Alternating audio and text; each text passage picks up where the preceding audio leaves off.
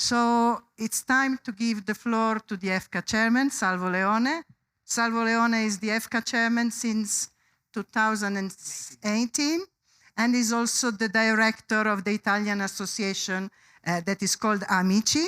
It's an acronym, but it also means friends. Salvo, the floor is yours. Thank you, Luisa. Thank you, everyone. Thank you to the people here inside the room, and thank you also to the people that are following us on social media. Well, today I have the privilege and the honor to open this event that for me, that joined EFFCA in 2003, it's historical. All the countries together discussing how to better assist a patient with inflammatory bowel disease. If I have to describe how is the Crohn's colitis, so how is the inflammatory bowel disease, I would say it's like going on a trip with a very unpleasant friend, hoping that he will sleep for the rest of the trip.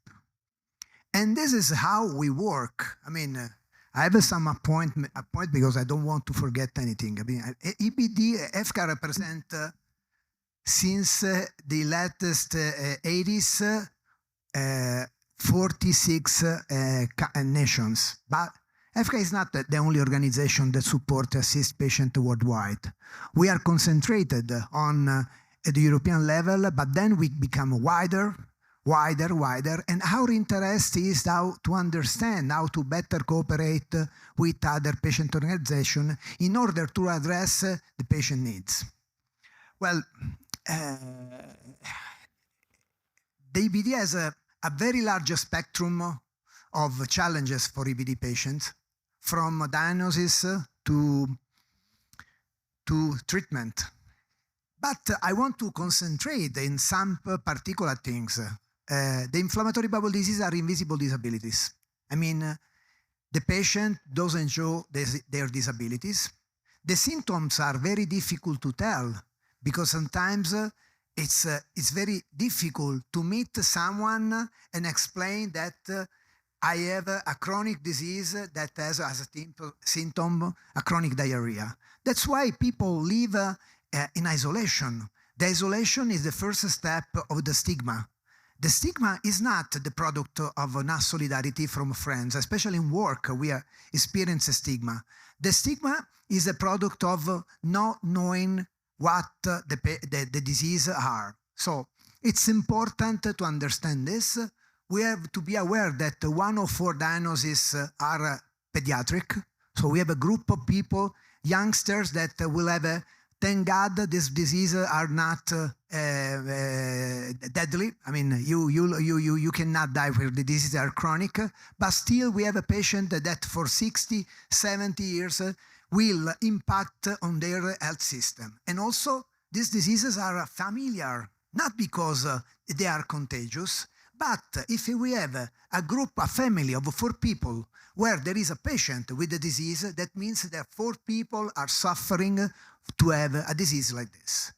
Well, when I was thinking how to say this morning, I thought about some terms that were taken from the first session this morning with Latin American countries, and I brought them pride, because still today it's a World IBD Day 2024, and we are all together, so we have to be aware, but also we have to be proud.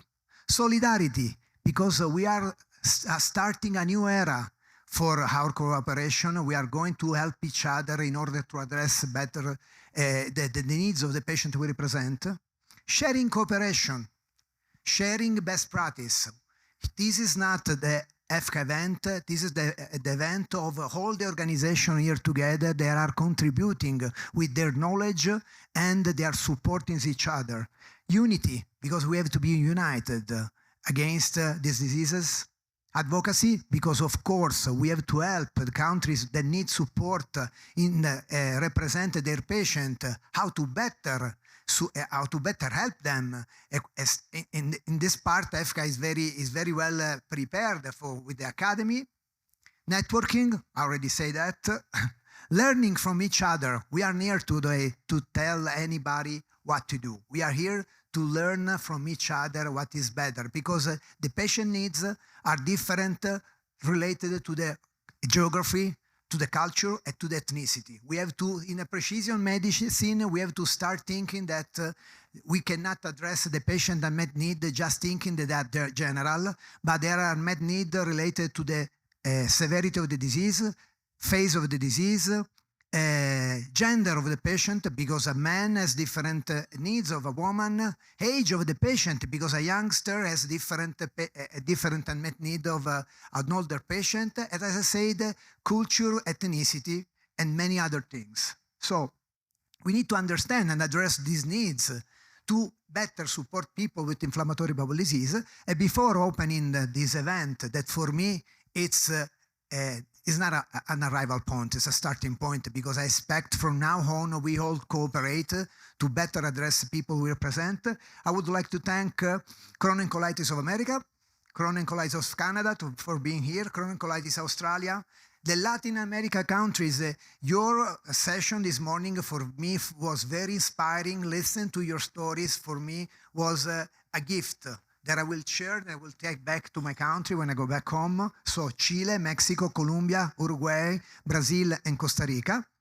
I would like to thank the president of ECCO, Britta Sigmund, which will not be here in presence, but she sent also a video.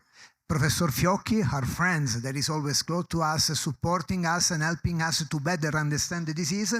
Beatrice, the organizer of this event, and you make us feel like a home, and thank you so much from, not for me, but from the EFFCA family. And please, thank you for the EFFCA staff. Let me tell you, thank you for the EFFCA staff that are here. And no, I'm here, Luisa, Bella, and Roberto, but we have other and Laura. I don't see Laura over here. Oh, is it? and the staff working home, and of course, thank you so much for the EFFCA board, to the EFFCA board, okay.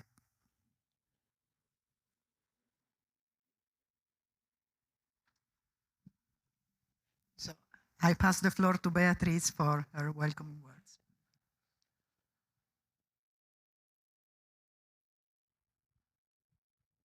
Hola, buenas tardes. Les doy la bienvenida a todos. Para mí, cuando el EFFCA me comentó que si queríamos que México fuera el anfitrión para celebrar y conmemorar el Día Mundial, o sea, por supuesto les dije que sí, pero después uno tiene que reflexionar qué significa eso, ¿no? O sea, no nada más es estar reunidos aquí hablando del trabajo por hacer, sino qué realmente significa conmemorar un Día Mundial. Y para mí el conmemorar el 19 de mayo como el Día de la Enfermedad Inflamatoria Intestinal es para que se sepa en el mundo entero qué es, porque esto nos va a ayudar a todos. Como decía, es un círculo que poco a poco se tiene que ir cerrando con la voluntad y con todas las partes que lo conforman. Entonces, sin mucho más palabras, les doy la bienvenida y siempre anteponer a las personas que no están aquí, pero que están indirectamente aquí porque por ellas estamos trabajando y por ellas estamos haciendo que la enfermedad inflamatoria intestinal sea conocida para que se diagnostique y se trate de la mejor manera. ¿Sigo?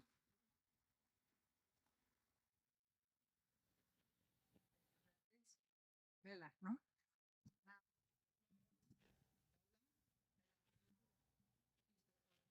We have the presentation. Do I have the...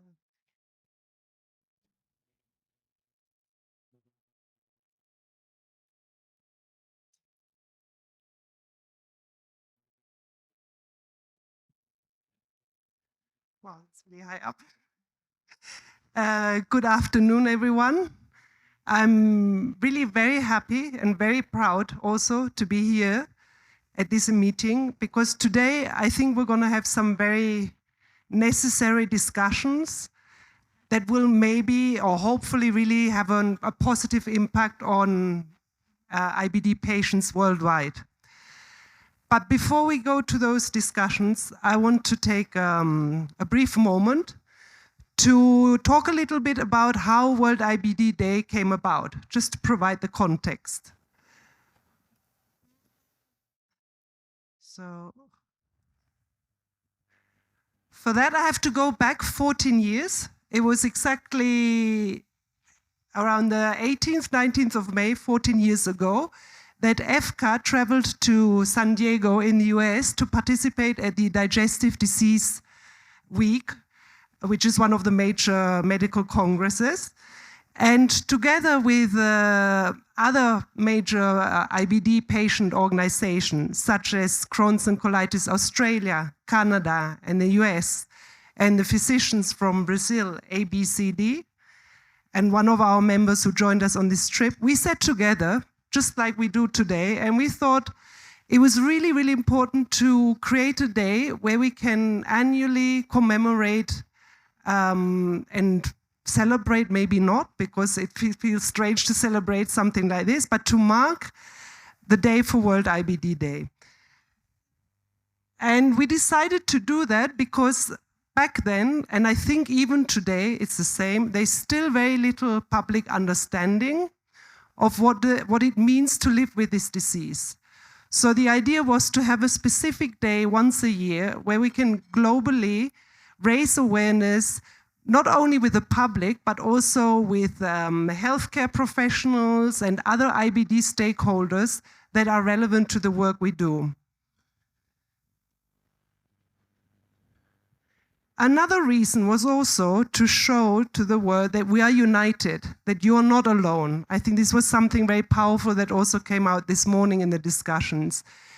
You don't have to feel like you're the only person on the planet that's coping with this disease. So it was really also a day to unite with other people, with stakeholders, with volunteers, and to really create that sense of unity. And there have been so many amazing activities all over the world. There are only a few of those examples. We started lighting a famous landmark in purple. The one in the middle is from Mexico, actually, which was taken a few years ago. We had volunteers from Austria who created a purple ribbon. We had some very creative ideas of our colleagues in Lithuania that hired a sailing boat to raise awareness. And of course, on this day, there are many information events at malls, at the hospitals, where they really try to raise more awareness about the disease. Back then, when we met with the founding members, we also decided that we need to establish a website specifically for World IBD Day. And this website has been coordinated and maintained by EFFCA. And we try every year to make it like a hub of all the activities that are taking place worldwide. And I really invite you to have a look. You have the address at the bottom of the slide. And you will really see the wealth of activities and inspirational initiatives that are being taken, that are being carried out around these dates. So to come back, why did we then, back then, decide to create a World IBD Day? Because we believe that the strength lies in numbers. The more people we are to raise awareness, the more we will get these results. So in 2023, I was looking at all the activities that were taking place. We united more than 60 patient associations on 5 continents, which involved more than 500 IBD information events. More than 1,000 volunteers participated, and we've also seen an increase in social media and in the mainstream media. Coming to this year, the theme 2024, IBD has no borders.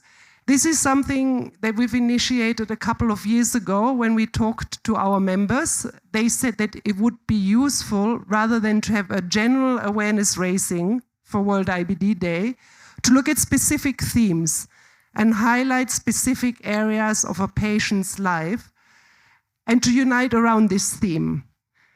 And for this year, we decided that it was really important, seeing also that we are growing more and more. We're not just acting in Europe, but we have many members outside Europe, many other organizations that are not member of EFFCA, but that are in contact with us, and they really want to do something specifically for World IBD Day. We thought it was really the moment to recognize that IBD is on the rise globally, and it's a universal nature. So we really think there's a need for more collective actions, not just in regional, but on a global level. So the need for global response that prioritizes awareness, support, and equitable access to care for all that are suffering from the disease. And our IBD Has No Border campaign has two components. So one is a social media awareness raising campaign. And we want to hear from voices from different countries. And we have asked IBD patients to see what it means to them, access to IBD care. So we really wanted to highlight the diverse challenges and possibilities of living with IBD. And at the same time, we also wanted to show that there's a real need for improving access to care. I want to give the floor to one of these patient testimonials. So I invite you to, can we play Noemi?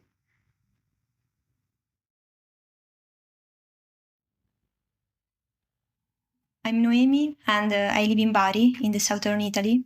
And I'm a part of the Italian Patients Association, Amici Italia.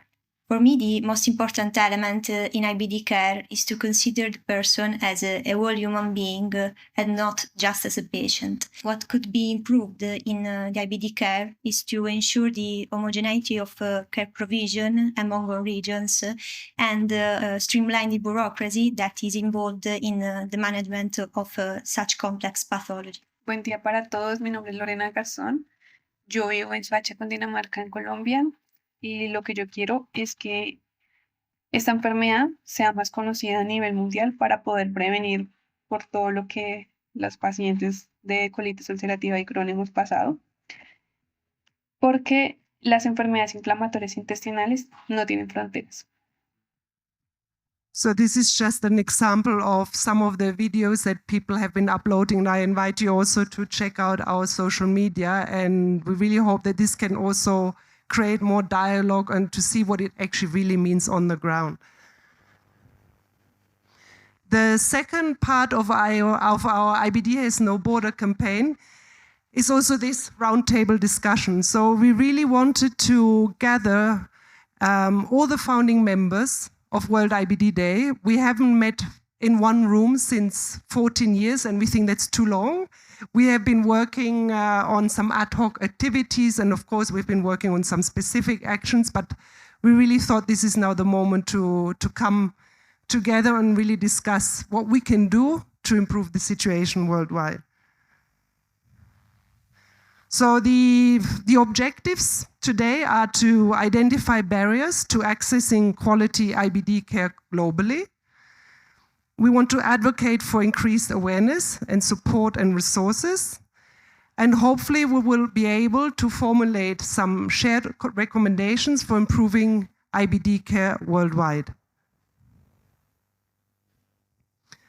So at the end of this meeting, we really hope that we can recognize the importance of addressing IBD as a global health concern, and that there's a need for strengthening collaboration with key IBD stakeholders.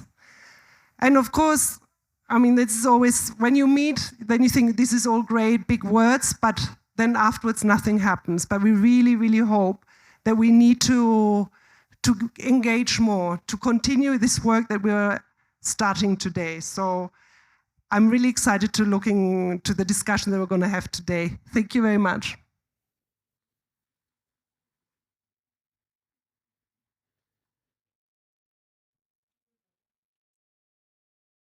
Thank you. The importance of strengthening relation with stakeholders, and the first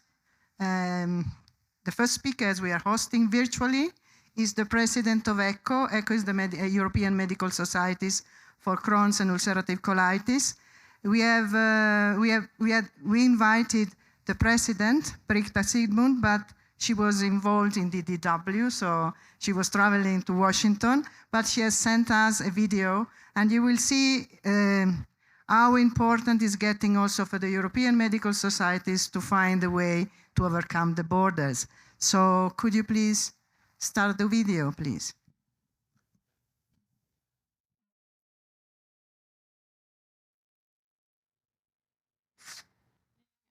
A very big thank you to Salvo and Luisa for inviting me to give this talk today at the EFFCA meeting as at the World IBD Day. My name is Britta Siegmund. I'm the current president of EFFCA, and I really like to apologize that I'm unable to be there in person in Mexico City today. However, I'm really pleased to be able to provide a couple of thoughts on IBD has no borders and what EFFCA thinks about this at your meeting in a virtual way.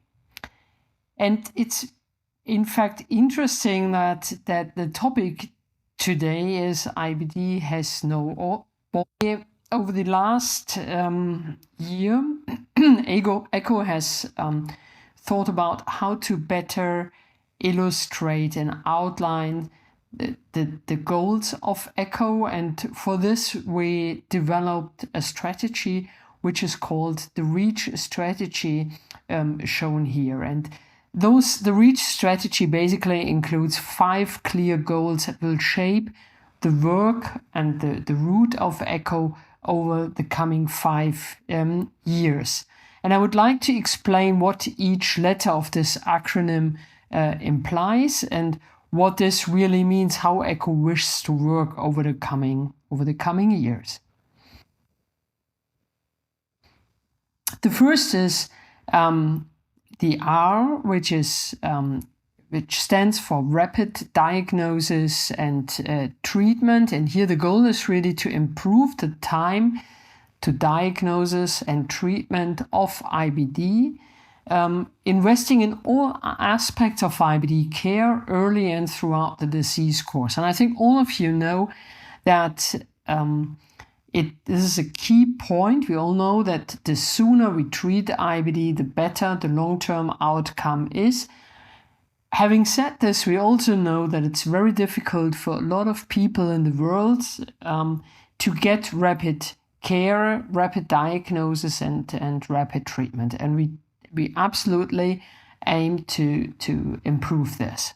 So this is the R with the clock here, and the E, probably the most important one with regard to your topic today, is the E is the equity, the equitable access to IBD care, which actually relates a little bit to the R, because if there is no access at all, you cannot get rapid diagnosis and treatment. But the goal really for the E is to enable equitable access to IBD care for all patients. So how can EFFCA support this? And I'm absolutely aware that we cannot achieve this alone. We need the global effort to reach this. However,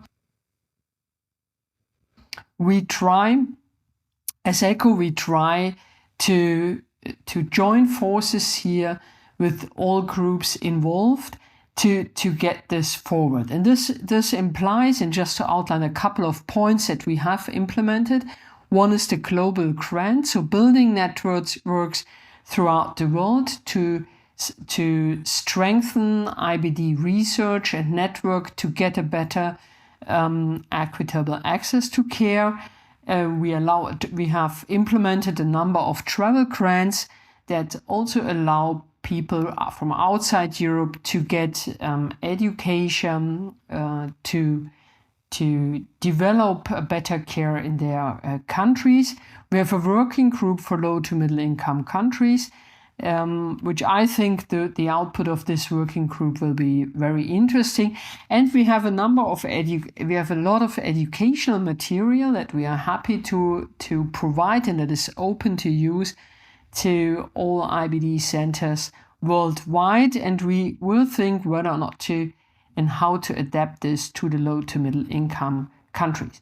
However, I think the most important thing is the sentence at the bottom, that we can only do this when we head into in the same direction, and if we join forces. And if we join forces with our dietitians, if we join forces with the patient organizations, if we join forces also with politics in order to increase awareness and improve care. Having said this for E, we come to the A, to attain sustainable IBD care. So the goal here is to achieve sustainability in all aspects of IBD care, including delivery sustainable services throughout innovative assessment, monitoring, in addition to delivering sustainable research and education. And the A, and I'm coming back to this in the end, will be the main topic of next year's ECCO Congress. With this, we come to C, and C, in our view, is probably the most difficult and challenging letter of the REACH strategy, which goes to causes of IBD. And the goal is to use the best state-of-the-art science and technology and global collaboration to discover the causes of IBD. And I think a lot of groups around the world have been trying to do this over the last couple of years. But this will take more time, but we definitely want to dedicate our research to get this solved. The last one, the H, really an important one and a neglected letter, and that's why we put this in our strategy, is the holistic IBD care. So you can have excellent IBD care, and your inflammation in mucosa can be completely resolved. Still, you can feel fatigued. Still, you can feel not able to follow your normal day. And thus, we believe that an important goal really is to treat IBD beyond inflammation, ensuring holistic care and optimized psychological well-being. How I already said that we really need to do this together. ECCO has a number of initiatives, but we can only fulfill those initiatives and bring them across the community in the world if we all do this together and if we join forces. And I think me being here with you today, and that we had the EFFCA forum at this year's Congress in Stockholm, is already indicating that we are joining forces in driving such efforts forward in a joint way. From an ECCO point of view, we have this new strategy now. We have 5 clear goals that we wish to address over the next 5 years, and with this we would like to expand the mission of ECCO, and each year we will tackle one particular goal, and this year it is equity. And the commitment here really was, as outlined when I introduced the E, to strengthening our international collaborations and also international research. Next year, it will be the Attain Sustainability, and we will work towards a better sustainable delivery of care. And I'm also really looking forward in working on this goal jointly also with EFFCA. Having said this, I wish you a very pleasant IBD day, and I'm looking forward to move all these strategies jointly forward in order to improve the IBD care. And as a consequence, and I think this is really the main goal of ECHO and also the main goal of EFFCA, to improve the life of the patients, which ultimately is the most important thing. I thank you very much, and very warm regards from Berlin.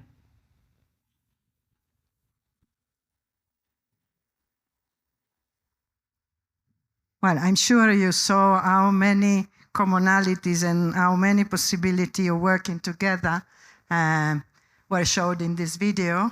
As Professor Sigmund was saying, we have been working hard in the past years to strengthen our networking and common activities, and some of you already know we had the chance to be finally included in the scientific program of ECHO, and we had the chance to present some preliminary results of a survey that was mentioned this morning about people over 60, and it was really, really important.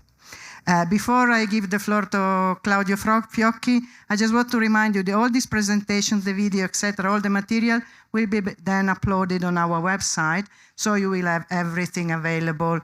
Let's give us a couple of days after the meeting today, but everything will be made available for everyone. So now it's my pleasure to give the floor to Professor Claudio Fiocchi. He's a professor of molecular medicine at Cleveland Clinic and Liner College of Medicine, Cleveland, Ohio. And I think it's going to be a very exciting moment. And I give the floor to Claudio to tell us his view about IBD as no border.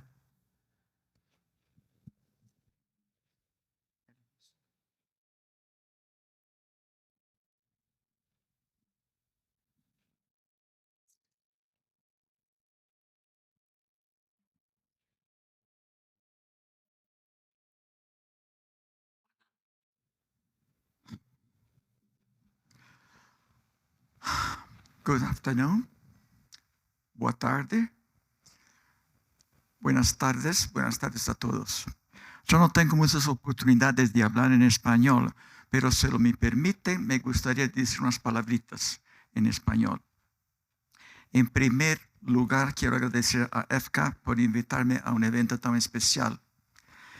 Y me preparé, pero me olvidé muchas cosas que quería decir. Pero una cosa que quiero decir es que para mí es un verdadero honor y un placer estar aquí con ustedes. Y en segundo lugar, me gustaría explicar por qué yo estoy aquí.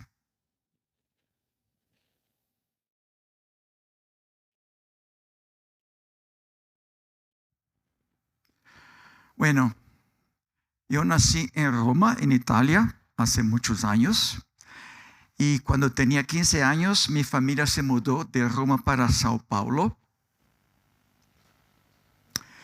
Y viví en Brasil por 16 años. Y en Brasil me gradué en medicina, me casé y luego me mudé para los Estados Unidos. Y en los Estados Unidos estuve estudiando las enfermedades inflamatorias intestinales durante más de 40 años. Así que espero que yo sepa algo. Otra cosa importante que, como saben, como perciben, mi español no es perfecto, así que daré mi charla en inglés, pero todas mis diapositivas son en español. Así que hay una variedad de oportunidades para entender.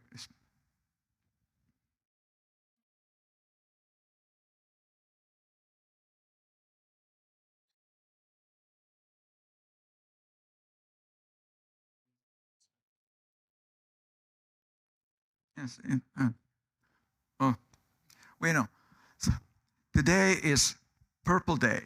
There's a lot of purple in the room, on the tables and the screen, and I think and I hope that the purple is in your mind. It's very important to think, as we heard many times, that we have to think purple all together. Okay? So we all think about IBD, how to make it better. All of you are expert in IBD, different degrees, And we know the IBD has been climbing in prevalence. There's more IBD now than ever before. And there are projections of how much IBD we're going to have in the world. And countries like European Union, United States, Australia, and Canada have the highest indices of IBD. Why? ¿Por qué? Because they were developed in a faster, earlier way. And this starts to link IBD to social development. I am completely convinced that IBD is caused by us as humans, our behavior. We have changed the way we used to live when there was no IBD. The first case of IBD was reported, what is assumed to be the first case of IBD was reported in England in the mid-1800s. A lady that had inflammation of the colon. And it became a very famous case report.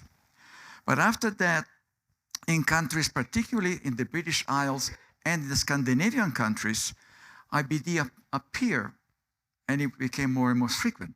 While in the South and Central Europe, it wasn't so common until the 50s.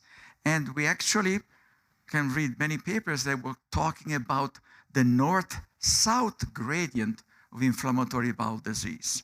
Because there was a time where IBD in Europe was restricted to the north, and there was Spain, Italy, Portugal, Greece, there was no IBD, which is not true, by the way, but certainly much less. But the times went by, what happened? You know, Europe now has IBD everywhere with the same degree of incidence, and other countries, recientemente en desarrollo, like Latin America and Asia, IBD start to appear. And what happened to these countries is the social development, the westernization, se tornar más occidental, es propiciado el desarrollo de las enfermedades inflamatorias intestinales. Lo que nos surgonta, estoy misturando las lenguas acá, perdón. Everything that surrounds us, from the time we're born, all the way to the end of our lives, we all will have hands. Hopefully, without IBD, but some people will have IBD. Everything will influence our behavior, our immune system, and how we react to it.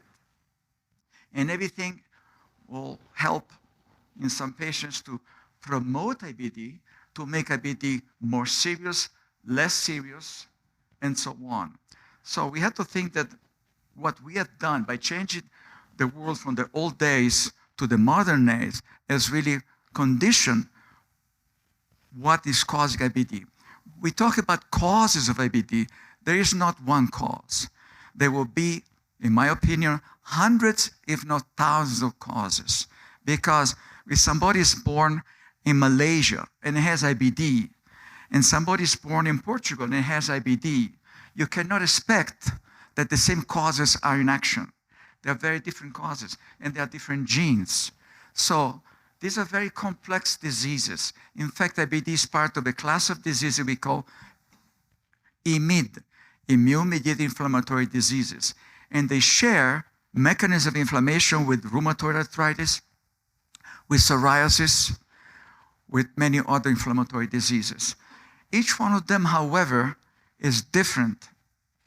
But what condition probably are the same factors, because when you look at the prevalence of other inflammatory diseases, overlaps with that of IBD. I tend to say something that people don't like. We, as human beings, by changing the way we are, we have caused these diseases.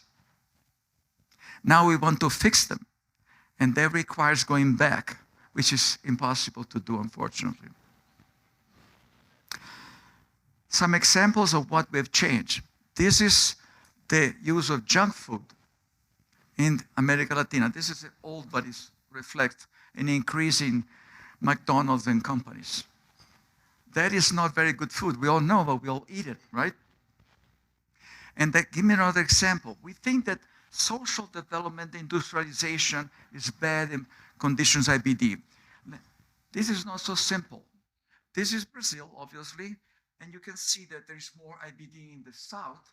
There's more population in the south. But if we tend to associate the development and the industrialization with IBD, it's not so clear. This is the state of Sao Paulo, the most populous, the richest state, where most of the industries are. And the upper left, you see the industrial expansion, and then you see the distribution nowadays. You can see that the city of Sao Paulo, the southeast, has a lot of industries. But when we look and we ask the question, where is IBD in that state? Where is it? It's in the northwest, the opposite part of the state, where there's no industries. It's countryside. So what is the connection? We don't know. But so it shows you that it's not easy to find the culprit. This is the cause of. Maybe the people that live with this IBD, they have different air, more pollution, which is not industrial, so we just don't know that. And this again shows you how complex it is to try to find the cause. If we ask the question, are patients in Latin America with IBD, are they different in their clinical manifestation from countries like the US? There are not many studies, but basically their differences are not very dramatic, except with the fact that the disease tend to be, for the time being, less severe and fewer surgeries and so on. But this is a matter of time. Why? Because when IBD was developing in Europe, in Scandinavian countries, the disease was not as severe as it is today. And also, ulcerative colitis always, no matter where in the world, precedes Crohn's disease. We don't understand that. But that's the way it is, and we don't understand the epidemiology of these different events. So this, I think, brings us to consider two things. What do we want to invest our time, energy, and monies in finding the cause of IBD or finding the cure for IBD? And here I will ask you to raise your hand who wants the cause and who wants the cure. Who prefers the cause or the cure?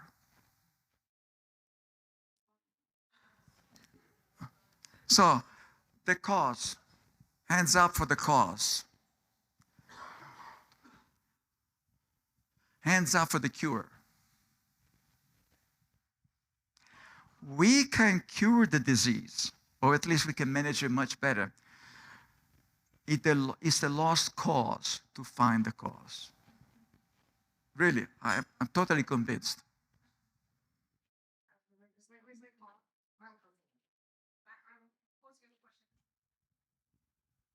I don't mind. You can ask the question now, but you have to use the microphone. Can you hear me? Okay. I put my hand up for the cause because in my mind, wouldn't you need to know the cause to find the cure? They go hand in hand. I'm 100% behind the cure. I disagree with that. You disagree? Profoundly. We don't need to know what's cause. I need to know the mechanism of the disease regardless of the cause. If I know the mechanism. Yes, you're right. The mechanism I can study and identify the mechanism, but the mechanism can be caused by 1,000 different things. Absolutely, but I'm thinking about studies on prevention where they're trying to identify what are the mechanisms involved leading to IBD. And for example, Dr. Fiocchi, I'm thinking of the GEN project, where they're really working with the healthy relatives when they're still healthy to look at what happens to them that leads to them developing IBD. To me, that's a cause and effect study. But that's not really the cause. Those people are already prone to develop IBD. Some of them will, most of them will not. And the question is why? What causes the difference? And the difference is based on the mechanism, not on the cause.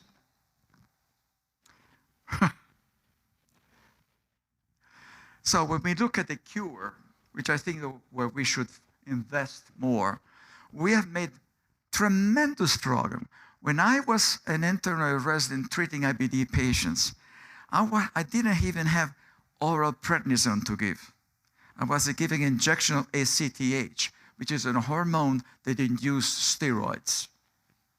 And this was a little while ago. Now we have at our disposal dozens and dozens of different therapies. However, if you look at the red, the yellow, and the green, which is the not successful, perhaps, and the successful therapies, there are so many of them. That means that many treatments that we have tried, because we are reasonable and logics, they didn't work, regardless of how solid the data were. Until we put something in the patient and we ask the question, are you getting better? We know if the drug really works. And in fact, the clinical trials only give us an indication, but it's only when you translate the medication to real-world data, the office of the doctor, the hospital, what we call real-world data, datos reales, then we know if it works for real. Because when we do clinical trials, don't forget, these are in selected centers with selected patients. It's not what goes to the office doctor. So that's another level of complexity. And the efficacy today, all around, is still between 30 and 40%, which is incidentally is about the same that we have in rheumatoid arthritis, in psoriasis, and so on. And a medication that works today will not work next month. A medication that didn't work today may work next month. Why? Because the disease evolves with time. As long as we do what we call cross-sectional studies, we get a bunch of people. Let's suppose that all of you have IBD. I hope not, but some of you unfortunately do. And I study you today, and I found what's going on with you today, and I say, oh, you have this mechanism that went bad. I will intervene this way. But when you go into remission and you have flare-up 6 months down the road and I study you again, I will not find the same mechanism. That's why treatments work at a time, don't work other times. The advantage we have today is that we have so many choices that we keep changing medications. When you go to the doctor, this doesn't work, let's try another one, let's try another one, until by pure chance, something works. Not because I know that that patient has the right mechanism for that drug, because I don't know that, but because it worked. Remember, in medicine, the success of medications is really very, very poor. Overall, if you ask, of all the medications that you can buy in the world, how many of them actually work? How much? What percent? 40%. And these are medications that have been approved by the FDA, but EMA and everything else. So we are still not able to identify neither mechanism nor target that are really efficient. And many patients are in this stage. I took the medication, but they don't work, and the doctor says, I understand there will be new medications. Fortunately, we have a lot of development in these areas. But the big pharma companies are no longer the one responsible for development. The development now is in the hands or in the labs of biotechs. People that use completely different ways of finding mechanisms, not cure. No biotech is going after the cause because it's impossible today to find causes. But if I know that Beatriz has CUSI por causa of this particular cytokine or this particular molecule, then I know that if I block that molecule, Beatriz will get better. But Tiago will not, because he has a different mechanism, different molecules. This shows you how complex is the approach to look for true effectiveness. And the type of medications that are available for IBD, they're very different. In Latin America, there is some uniformity, but if you go to a country like Venezuela, unfortunately, it's a kind of disaster. There's almost nothing there. But throughout the world, the availability of medication for IBD is very variable, and this is for a variety of reasons. Small countries don't attract the big pharma companies to invest a lot of money because the population is small, they don't make a lot of money. It's bad to say that, but it's the truth. Big countries where there's a lot of IBD, there's more investments and so on. This is totally unfair, but that's the reality of life. So it's relatively easy to diagnose and manage the patients. The problem becomes, once you get into remission, hopefully, what happens then? How do we keep the patient that has had a good response in remission? This is the single most difficult problems in IBD. I can induce my patient going to remissions in many different ways, but I don't know how to keep them out of trouble. Some of them will have long remissions. Some of them have very short remissions. Why? Because I have different mechanisms, not because I have different causes. Okay?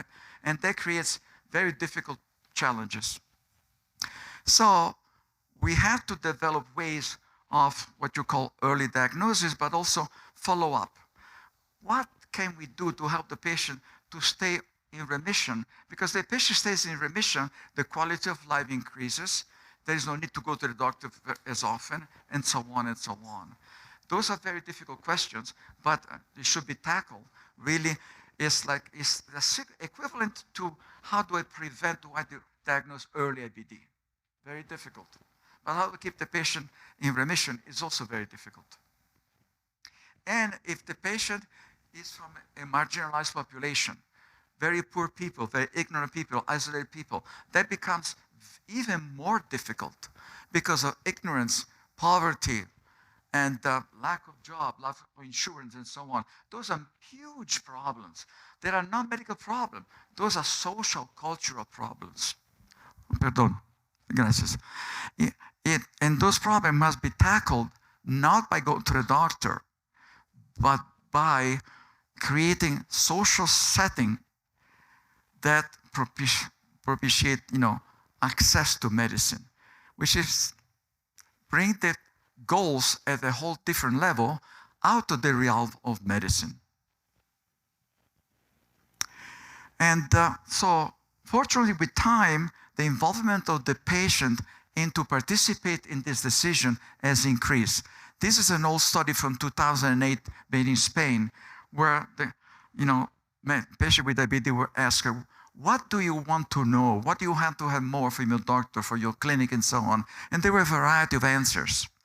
But this is also changing because we went from a very preliminary way of assessing that to what we call PROs, resultados reportados por los pacientes, where we ask the patients, how did you like this therapy? How do you like this medication?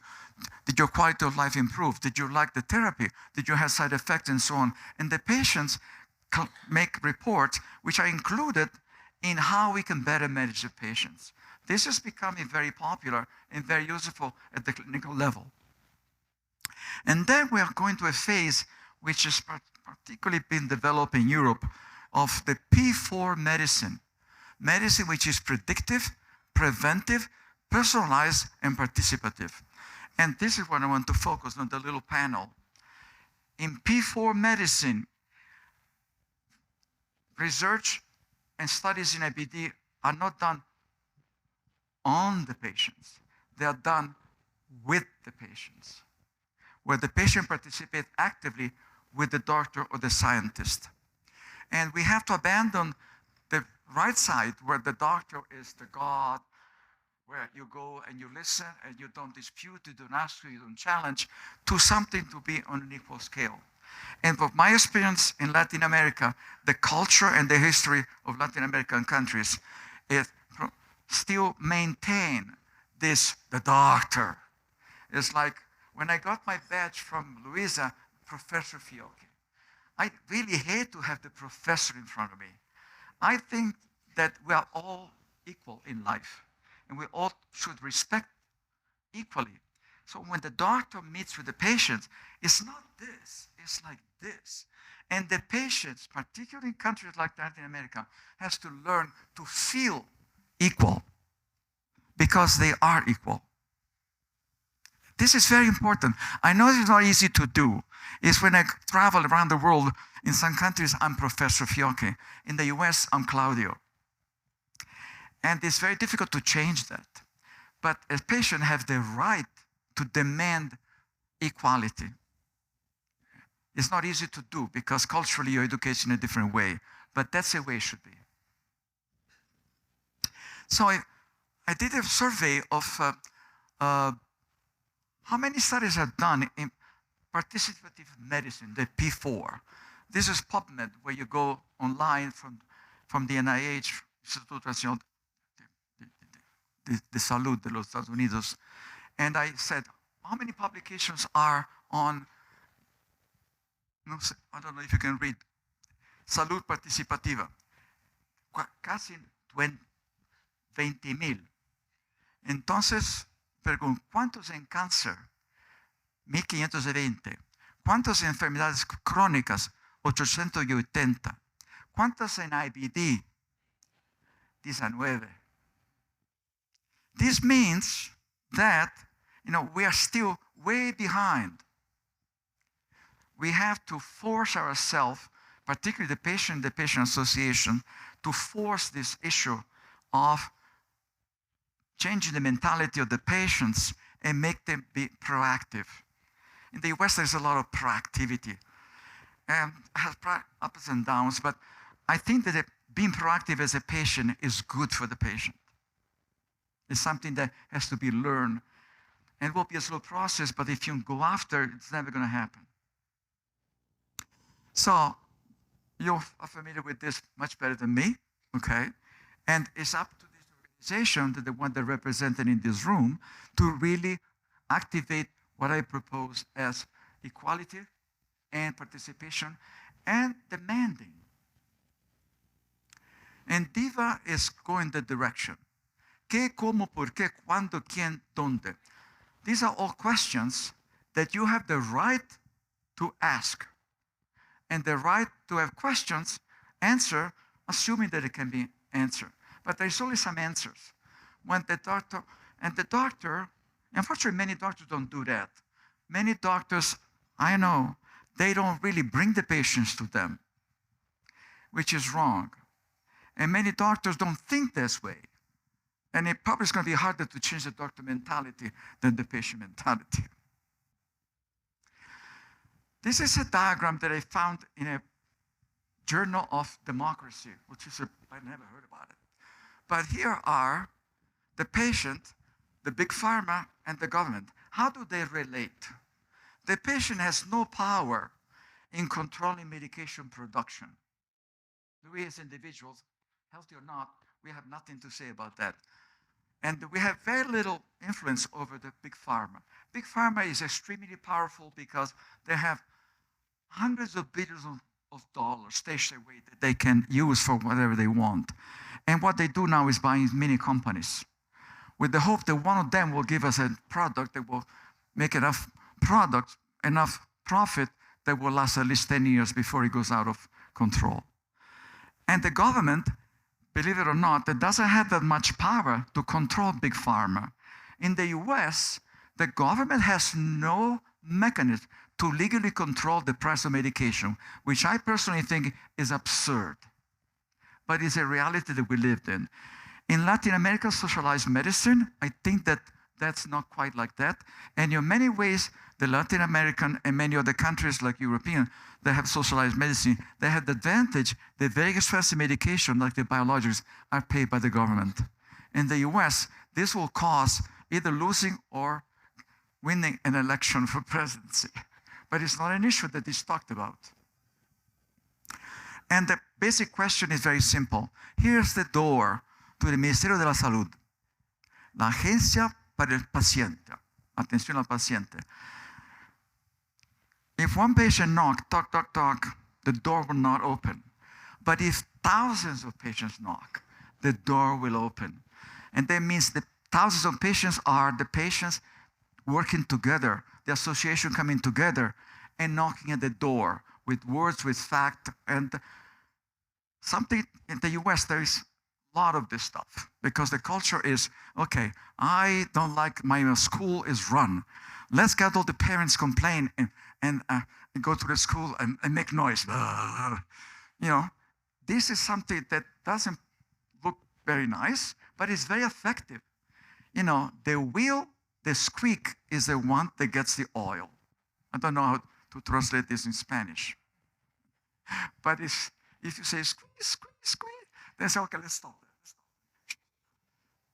And that this is an approach that I recommend. If that was done, then here I say EFFCA, but the poder de las asociaciones todas juntas, con visibilidad y representación, el gobierno le escuchará. And the government can then impact on the pharma and can impact more on medication production and availability. So it's a matter of getting together. And this is no surprise. Unión es fuerza. Gracias.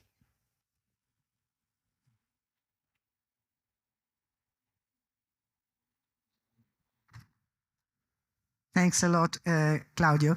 I think I'm just looking at the audience. If you have any questions, burning questions, I will get some of them now, but then I would recommend we keep on having the presentation, and then there will be the occasion during the panel discussion to maybe discuss more in depth some of the topics. But in any case, and not only for Claudio, but for any speakers, if there is any burning questions, please raise your hand and ask. Don't be shy. I didn't want to stop you. Okay, so I give the floor to Leanne Revan. She's the CEO of the Australian Association, Crohn's Colitis Association, and she will talk about the children's situation, IBD children in Australia. Thanks, Leanne. The floor is yours. Hello. Thank you. Thank you so much. It's such an honor to be here today. I have to say I have no Spanish, so I'm sorry. You'll have to connect to your box. I'd like to thank Mexico for hosting us, and this meeting has been a wonderful experience, and we will learn a lot. And also to EFFCA for organizing it. You are very visionary, and I thank you for that. Now, what I'm talking about today is looking at the experience of children and families in Australia. This project was funded by the government in Australia, and I have no other disclosures. This is what we do at Crohn's and Colitis Australia. So I was very interested to hear the professor talking about empowerment of patients. So this is what we dream. We dream that there will be no Crohn's and colitis. We want it to be cured. But we empower people to live fearlessly while we help search for a cure. This is our ambition. We've just reviewed what we're doing, and we don't want anyone to feel alone. I won't go through all of that. You can get the slides. This is Sydney. This is a major city, and this is one of my favourite photographs. We actually lit the whole city up purple on World IBD Day. And it happened, it's a really funny story how it happened. We have a festival. It's a festival of light called Vivid. And they were testing the evening before World IBD Day. And they said, we'll light everything up purple for you for free. So it was a fantastic partnership. And we were very excited to get a webcam photograph of it. So you may know our Opera House. You may have heard of that. And our big bridge. This is where we are, the little red dot in the far corner. And it took me 24 hours to get here. So we're a long way away, down under. We have an IBD government action plan. We wrote it for the government. We developed it for them. They accepted it. And in that plan, one of the priorities is that we look at children. So we did this paediatric project. We got government funding. It was a contestable government grant, so we had to compete for the money. We worked with the Gastro Society and other organisations, particularly the Paediatric Network. And we got the funds to do a study looking at the experience of children and families, and also an audit of all the children's hospitals. We put together an advisory committee, which is really big. The study involved an experience which was looking at using an online survey and family interviews, and we did that in 2022. It also involved looking at PBS data, which is pharmaceutical benefits data, so the drugs. We did a hospital audit looking at the organisation and a clinical audit in 2021. And we also used other data from the Australian Institute of Health and Welfare, which looks at activity. Now today I'm going to just talk to you about the experience, because the hospital audit we haven't launched yet. I'm going to share with you some slides about that, but I ask EFFCA not to publish those slides until after the 30th of May, because we're launching in Australia at Parliament House. So I'm giving you information that nobody knows yet, but I'm very happy to share. So the experience survey, there's some demographics, and you'll get copies of these slides. So I'm not going to go through everything. I've got too many slides. I'll have to get moving. So these are the demographics. These are the clinical characteristics, the percentages of people with Crohn's, with UC, and the unclassified groups. The survey results, we looked at, clinicians in their team of care, their medical management. We looked at medication use over the previous 12 months. Also looked at medication use in the previous 6 weeks. And we also looked at, whether their care was inpatient, hospitalisations, planned surgeries, and the percentages of people who were accessing that care. We focused on transition, because transition from a child to an adult, that 16 age group, is a very important milestone. The psychological burden was overall 50.8% of people who were surveyed had a psychological burden, usually anxiety or depression, and we measured that. So we also looked at people who were accessing other healthcare professionals, and whether they'd actually been asked about their mental health in a clinical situation. There's some other results. We compared young people who had a low psychological burden to those that had a high. And we also looked at geography. So, whether people who had active IBD, whether they were located in urban or regional centres, what their current treatments were, and a whole lot of statistical analysis.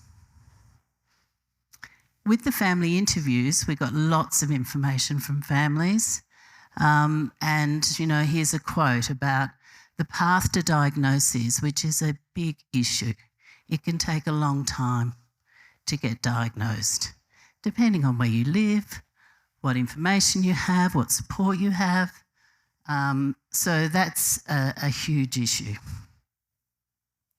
And the next steps, as I said, is we have our launch of our audit, and I'm going to show you some slides on that.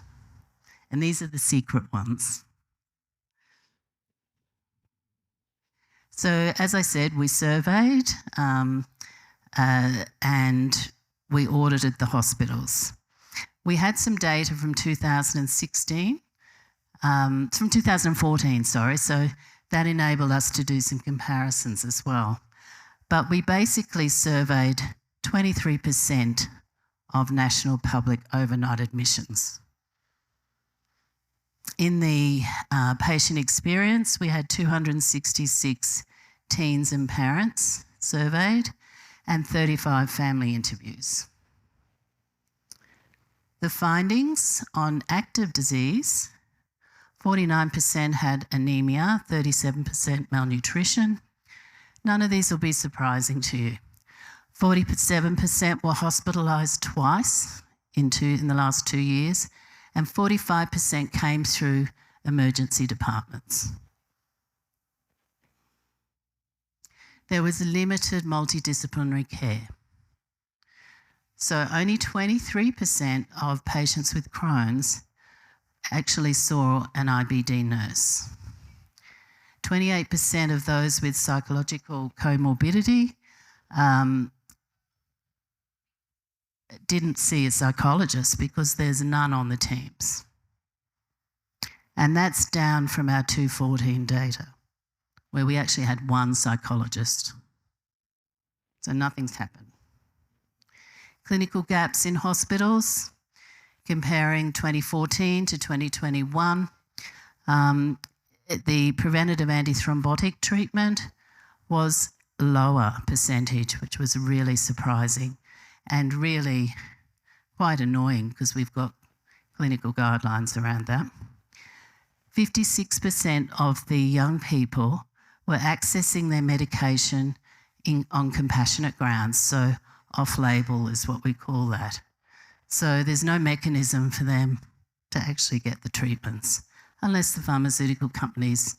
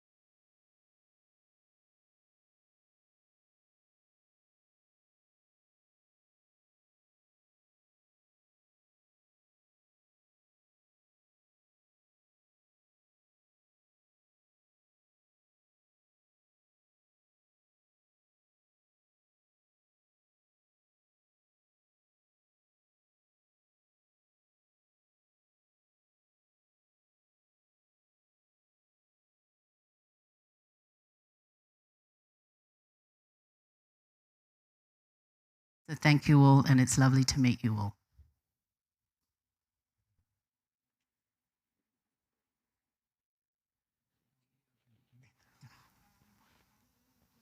For Leanne at the moment, or we can resume after. We just had to cut the streaming because your slides were unofficial. That's why we had to. Oh, thank you. Okay, Thank you. I didn't know we were streaming.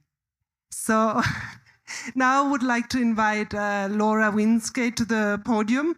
Laura works for Crohn's and Colitis Foundation, and she is the Vice President on Education, Support and Advocacy.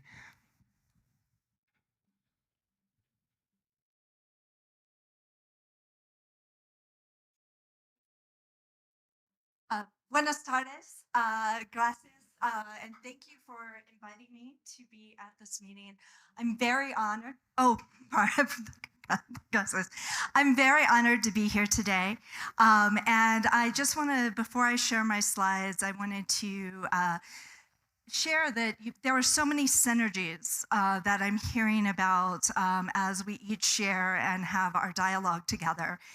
And the mission of the Crohn's and Colitis Foundation, as Professor Fauci said, is so important to cure Crohn's disease and ulcerative colitis, and improve the quality of life of children and adults affected by these diseases. And I think we all share that desire to improve quality of life. And today I'm going to share some preliminary data with you from our Access to Care assessment. And this is not published yet. We're publishing later this year. So again, you're getting a sneak peek of what we have done in the United States. But I do want to share that this information is really about access to treatment, access to physicians, not addressing the health equity issues or the social determinants of health that may be impeding care. We're doing other work in that area, and I hope in the future I'll be able to share that with you. So this is really more about access to treatment, access to seeing healthcare providers in the United States. And there may be some terms that I use that are very specific to the United States healthcare system. So please, if you have questions, don't hesitate to interrupt me. I'm happy to give a brief explanation. All right, okay. I have to wear my glasses.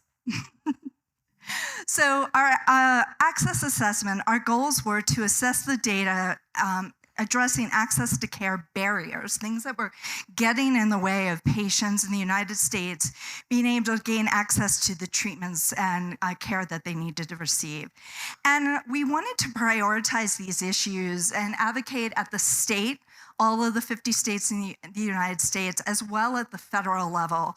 And the reason we need to do state and federal advocacy in the United States is insurance in the United States, we don't have socialized insurance, and the federal government controls certain insurance. The state governments control other insurance. And then there is the federally funded insurance, Medicare and Medicaid, which cover those who are older adults or young adults, children specifically, that are underinsured and need government assistance. So we really have to advocate at many levels in order to affect change for the IBD community. We also wanted to use this assessment in our next strategic plan. We're developing our new strategic plan now. And we wanted to make sure that this assessment helped inform both our advocacy, our research, and our education priorities as we move forward. And lastly, we wanted to be able to share this information with the healthcare professionals, our GI physicians, our primary care, our dietitians, our GI psychologists that treat IBD patients so that they could understand these barriers, know the resources that might be able to help them address these barriers for their patients. So we conducted an online survey of people with IBD and their caregivers who reside within the United States. We opened the survey in February of 23 and closed it in June of 23, giving sufficient time to get the responses that we needed to make it statistically significant. We used the Crohn's and Colitis Foundation constituent database as one source, but we also partnered with other IBD organizations around the United States. So Improve Care Now, the South Asian IBD Alliance, among others. And I can't name them all here, but thank you for helping us to field this survey. We used social media, and we also did some targeted outreach to ensure a diverse sample size.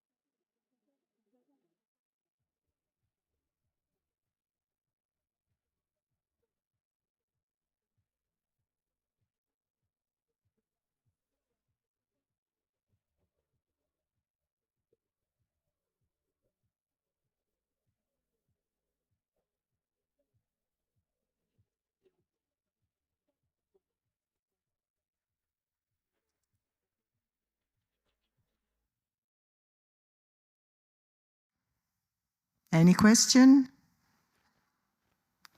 Now I will give the floor to Roberto Saldagna. Roberto is the coordinator for innovation and patients' involvement. Roberto, the floor is yours.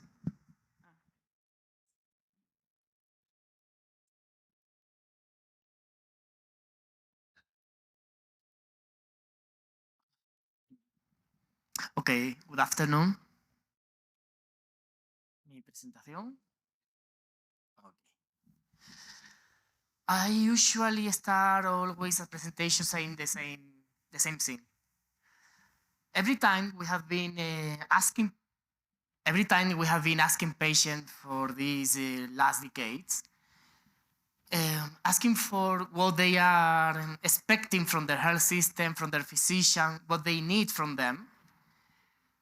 These are the main topics that usually appear in the conversation.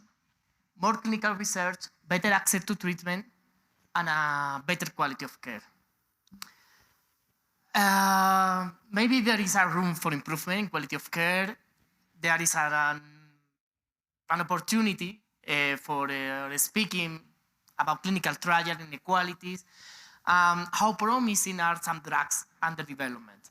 However, I'm going to speak only about the better access to treatment today because we are struggling right now in Europe. We are dealing with a very difficult scenario. According to the WAIT report, an annual report that has been released in the last 5 years, less than the half of the treatment authorized by the European Commission are only available by mean in every European country. This is the differences. Almost 170 new drugs came to the market in Europe. And depending on where you live, you can get access to those drugs or not. There is a very big difference between living in Germany or in Malta. Malta, just like Claudio said, is a small country, but maybe with a few patients, and companies sometimes are not interested in going there. But this isn't the worst part, because the reality is even worse. Because when the drug is available, if you are lucky, national governments are limiting the use of those drugs, restricting the indication authorized at the European level. The real picture is this one. It's a drama. It's something that is worrying all of us, policymakers, pharmaceutical companies, and of course, the patients. The problem with these studies is that they are not specifically speaking about IBD. We have been launching DIVA to analyze what is happening in the IBD field. The European Commission has authorized more than 30 drugs, including the generics and biosimilar for treating IBD during the last decades. And when we go down or break down the information by countries, we observe our national realities. This is Spain, where new drugs are under development, under review, sometimes for years, 2-3 years. Or even worse, you have been waiting for the decision, and then that is what's happening with, for example, Zeposia. The final decision was to refuse the use of the drugs for treating IBD patients. And this is weird to understand because the same drugs has been authorized in Spain for treating multiple sclerosis. So why sometimes we are using drugs for treating other conditions, but not all the indication the drugs have? However, the problem is not that we are not getting access to innovation. The problem is, again, even worse, because classic drugs are not accessible anymore in many, many countries in Europe. We have shortages that are affecting the current clinical practice. For example, in Spain, we are missing right now more than 800 drugs. And you need to check every day with your prescription what is happening or what will happen when you will go to the pharmaceutical office. There are several explanations for this. Some explanations are understandable. There is a shortage because there was an accident in the factory. It's okay. It's a course. Other is because of the prices of the drugs in some countries. If our country are so cheap that suppliers prefer to sell the drugs in other countries, they are going to do it because they are allowed. There is another problem. There are IBD trends or prevalence in any disease is increasing around the world. So other countries like India, China, and other crowded countries are now getting access to drugs for first time. So we need to compete for raw materials. And this is a new area for all of us because we need to increase the production, and sometimes it's impossible, or we need to share the drugs. At least we are not alone because we have been checking the literature and there is some shortages in other countries like in Australia, which have been checking what happened a few years ago in Australia when you have the mesalicin shortages.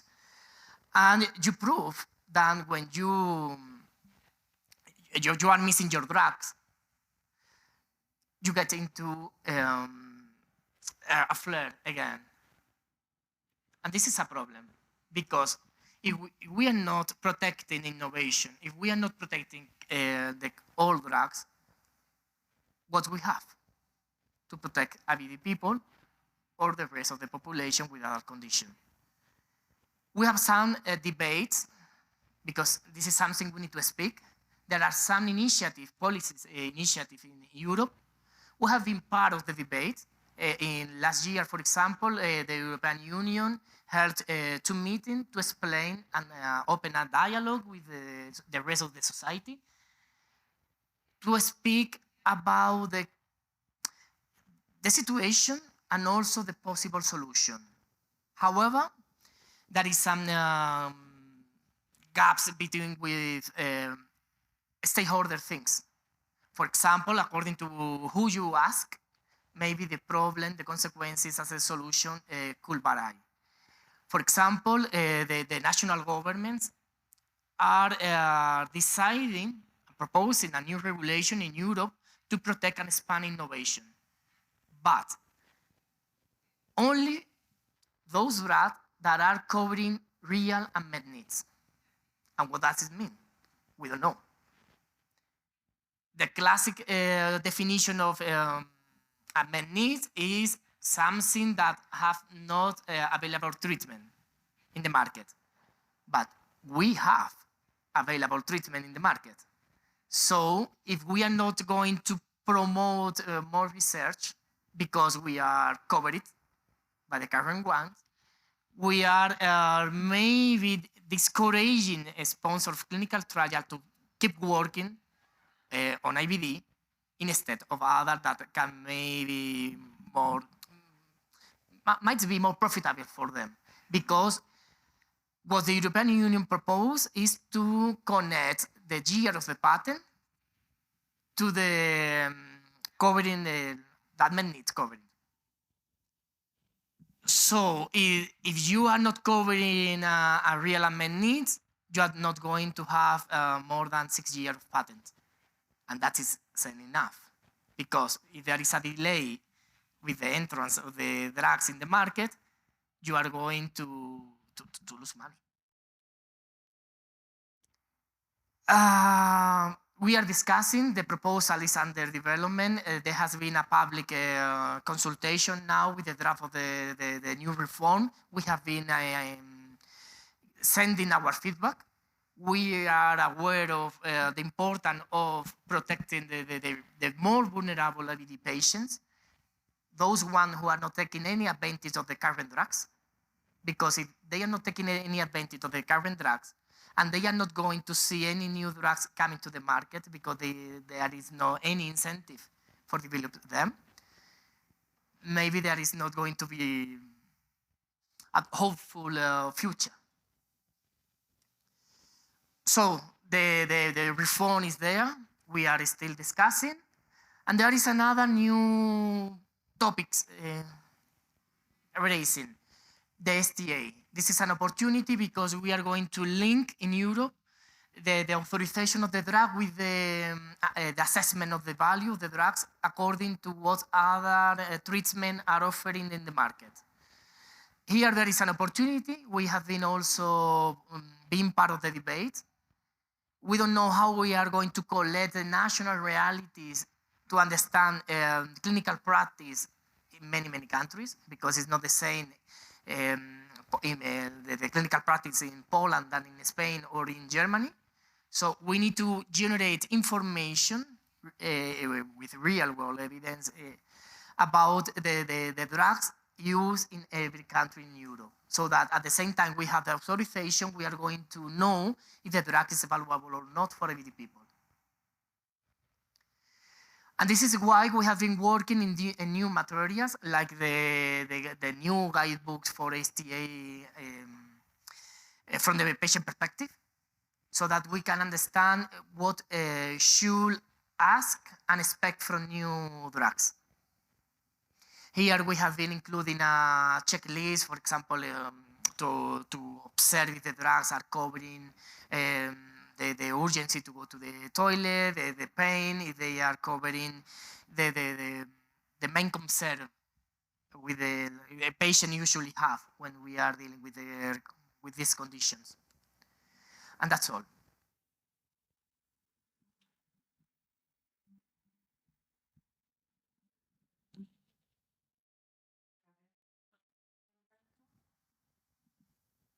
Question for Roberto? Yep.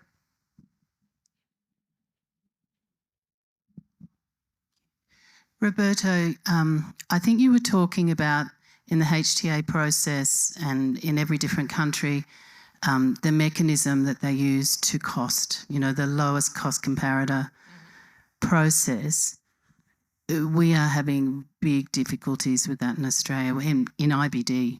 We're actually the first clinical area to be hit in terms of pharmaceutical companies not coming to agreement on price, and then we just don't get access.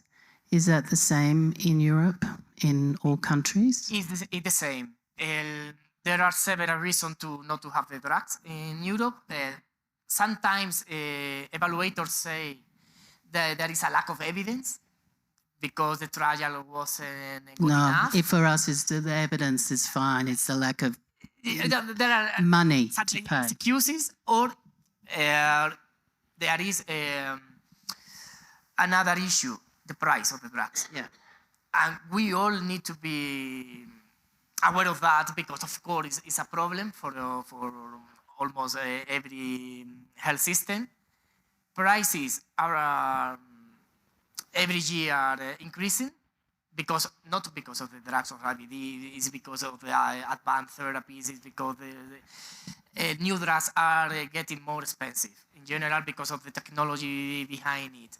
But it's not our fault. We need to look for the solution. But before that, we need to understand what the real problem is, because sometimes there is a lack of evidence. Claudio said it before. Sometimes we need to keep researching what patients are getting from current drugs. We are been reducing symptoms in some patients, not in others. or we have been keeping some symptoms and relieving others. Not every new drugs are coming to the market solving every question we have. Are they covering the same features? Are they solving the quality of life? Are they covering the same things that the current market are doing it? The evidence need to change, the evidence we generated during the clinical trials. Now with this new STA reform, what we need to do is a better phase 3 clinical trial with real competitors in every country, so that we can understand the real differences of using every drugs. And if we have that information, there is no excuse. If a new drug is better than the current drugs, we need to use it. It's not, they are not going to cover anything new. Maybe it doesn't matter if they come to the market or not. Yeah, definitely big global issue. It's a global issue. Yeah. And we're reforming HTA at the moment. 30 years ago, it's been 30 years since they reformed, so we're going through a big process, but it's a global issue. Canada is also reviewing the processes. Any other question? So we move to Canada. I give the floor to Kate Lee, who is Vice President of Chronic Colitis Canada, and she will give us a presentation about her impact study. So thank you. I have some notes because I tend to ramble. And when Bella reached out and reminded me I only have 10 minutes to speak, I felt, oh dear, I might need to cut down on the words that I use. So I do have notes here. So I'm going to sit instead of standing. I hope that's okay. So what's that? Yep, absolutely. So it's interesting that we were talking about the healthcare system. And one thing I just want to start by saying, as I'm listening to all the speakers, we may have different healthcare systems. Like in the US, it's very much private healthcare. In Canada, Australia, Europe as well, I think it's public healthcare. Yet there's so many commonalities and some differences. Like there's something that you said, Leanne, that really piqued my interest, because I know our healthcare systems are quite similar in model, yet you spoke about something that really that's very different from Canada. So thank you, first of all.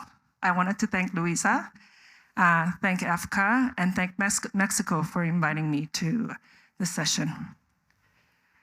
So this promise is one that we've had for a very long time. Our organization was founded in 1974 by parents who had children with Crohn's disease and ulcerative colitis. And you can imagine in the 70s, and very similar to these days as well, they had a very difficult time advocating for their children and finding the proper diagnosis for them.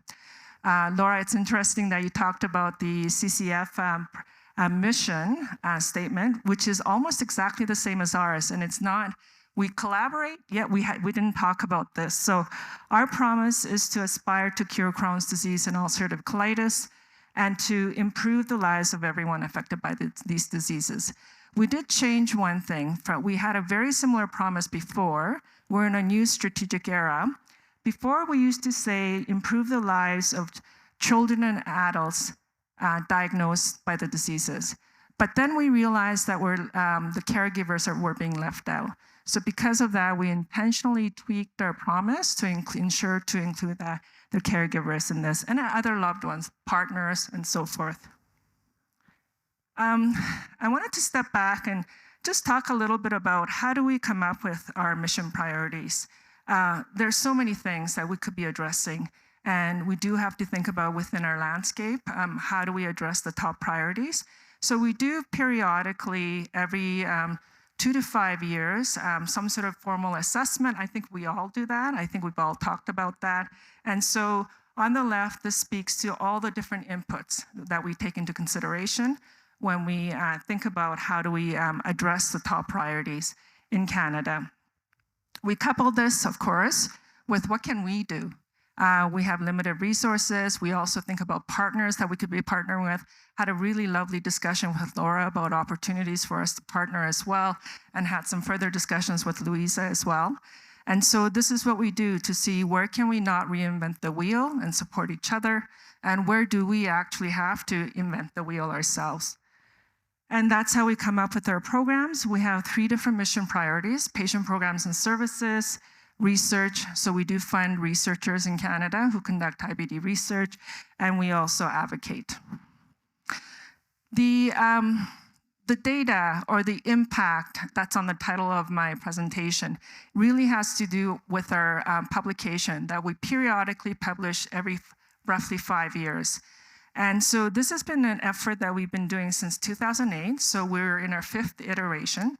And this is very much a partnership with a consortium in Canada called CanGeek. And this consortium stands for the Canadian Gastrointestinal Epidemiology Consortium. It's a fairly large active group, and we're lucky that we've had this formal partnership with them where they conduct all the research, the evidence collection, and so forth, and we work together, of course, bring together the patient and the caregiver perspective, and together we publish. Our most recent publication was in 2023, last year. We launched it in June. I would say it's the most comprehensive report that we've published to date, where we have 11 chapters and areas that we didn't cover historically. One of the ones that I want to draw your attention to is one that I think our patient and caregiver community basically said it's high time that you had a chapter dedicated to that, which is mental health. So we have mental health. We do have a chapter on gender as well. But one of the things that gender talked about was that there's lack of evidence, lack of research. So the call out for that, there needs to be research in that. 11 chapters, just wanted to speak to the effort. It took about 2 years for us to publish this. And the number of people that worked together to publish this, we had over 100 co-authors working together, combined with physicians, academics, scientists, patients, of course, and caregivers. So key findings, and what I want to share with you today is I'm not going to give you a high-level overview of everything that's published. I wanted to just cherry pick some summaries. Claudio, you talked about Canada in terms of prevalence, and we are at the higher level, so we're almost there at the flat end, but not quite. So the prevalence, the acceleration of prevalence is slowing down, but it's still increasing. So right now, we have over 320,000 Canadians living with IBD. In 10 years, they're predicting over 1% of Canadians will be diagnosed with Crohn's or colitis. And what are the drivers of this increase? It's that has changed as well. It's the pediatric population where the incidence, the new diagnoses are going up. As a matter of fact, it's doubled since 2008. And then our senior population. Because we're living longer, we have more and more seniors who are living with Crohn's disease and UC. The face of IBD is changing in Canada. Historically, it was very much a Western European or Ashkenazi Jewish descent disease. But now what we're seeing is that the greatest prevalence diagnosis is being seen in the immigrant population, specifically the South Asian population. Okay, and then this is one summary. This is found in the chapter, and I wanted to highlight this, which is that psychiatric disorders are highly prevalent in the IBD population. I think we know that. This report shows that studies indicate that it's about 1.4 to 2 times higher in the IBD population compared to the general population. So something that's really concerning. There is an estimate that 21% have clinical anxiety. And so they've been diagnosed with clinical anxiety, and about 15% have been diagnosed with clinical depression. They also recognize in the chapter that there is a bidirectional relationship, and I think the audience all know that as well, that between mental health and IBD itself. So you're stressed, it can lead to a flare. If you have a flare, that leads to isolation and so forth, and that can lead to mental health anxieties and so forth. So the chapter concludes by saying that mental health must be addressed in order to optimize functioning and outcomes for those with IBD. So with those findings, I'm going to switch to our Canadian healthcare system. And this is for Crohn's and colitis, but I would say for any chronic diseases in Canada. So this is where you piqued my interest, Leanne, because I think our models might be a bit different, even though we're both modeled after the UK model. In pediatric care, it's centralized at major urban hospitals. So what we know is that around 99% of children with IBD are seen at these hospitals. So, and at these hospitals, it's very much multidisciplinary care. So it's not only a gastroenterologist, but you will definitely have access to a nurse, hence the difference. You highlighted 23%. Often you'll have social worker access as well. And a lot of these hospitals, not all of them, this is something that they're advocating for now, the pediatric community, is access to clinical psychologists to better support mental health. So you can imagine, given that this is an academic-based hospital, standards of care, so their decisions are based on the latest evidence and guidelines. In the adult world, it's the opposite. So in the adult world in Canada, everybody is transitioned into the adult model when they're 18 years of age or older. It's decentralized and it's non-multidisciplinary, which means that 80% of adults see gastroenterologists practicing in community clinics, and these community clinics will be just the gastroenterologists. There's a few, just a handful, who have access to nurses, but the vast majority don't even have access to nurses. So what does this mean? There's long wait times to see specialists. Standards of care are inconsistent. So the other thing that I need to mention is Canada is large. We're the second largest country in the world, as I'm sure all of you know. And because of that, there's a big gap in care between urban and rural. So as well, the inconsistencies in care between urban and the community clinics.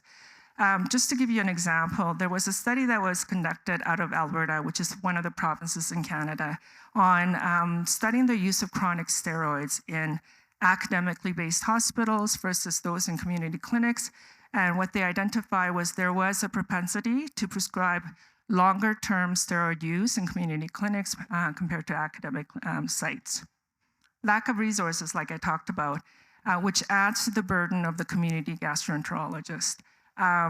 They're alone. They have an overwhelming number of patients that they can see. And what does that mean? They can't spend a lot of time with each of the patient. At best, they're spending 5 minutes with each patient. What kind of productive quality discussion that Dr. Fiocchi was talking about can you conduct within 5 minutes? The rural and urban inequities as well. It's much harder for people living in the rural areas in Canada to gain access to these specialists because they have to travel longer. Because it's such a vast country, when we talk about travel time, we're not talking about 1 hour. We're talking about hours. We're talking about 5 to 10 hours that some of these folks have to drive to see their practitioners, their clinician. What does that mean? They have out-of-pocket expenses. They have to take time away from work, which leads to less money in their pockets. So taking time away from work means not just one day, it could be like a few days where they have to really plan to travel to that clinic to see their doctor and then drive back. And then, Leanne, I think you spoke about this as well, which is very similar in Canada. There are challenges in transitioning pediatric patients to the adult care model. For us, it's primarily because of the different models. In pediatric care, it's multidisciplinary, and in adult care, it's non. So because of that, there are studies out there that show that there is a huge increase in aggravating their disease, and a lot of youth who just drop out of the face of the earth, if you will, and they don't follow up with their clinicians and so forth. So how is CCC addressing these gaps? In 2016, we got together with the leading IBD centers across Canada, these are the major hospitals, to really talk about what can we do about some of these gaps that we knew way back when, and that have been identified in our 2023 report as well. So we embarked on a new research program called Promoting Access and Care Through Centers of Excellence, or PACE. And the objectives of PACE is to address gaps in care, improve health outcomes, and develop solutions that can create change in the public healthcare system. Another way to look at this, I feel I always need to present this since we are a patient organization, is from a patient journey perspective. And so another way to talk about our objectives is to really ensure that no matter where the individual is in their journey with IBD, that we're aspiring to offer them timely, equitable, and high quality care. So what have we been piloting? So because it is a research program, we have been collecting evidence. There's a research design behind it, and they're all pilots because we're starting small. We started with 4 pilots in 2016, and now it's expanded to 6. One of the 6 has been handed over to one of our partners, which is the Professional Gastroenterology Association, when it was time to hand it over to them. The other pilots that are still ongoing is, starting from the top left, is our My Gut pilot. It's a digital health app that we developed and launched in 2019 to support, to the point of Leanne, to empower people living with IBD. Initially, I know this was an effort with EFFCA, and it's something that we ran with.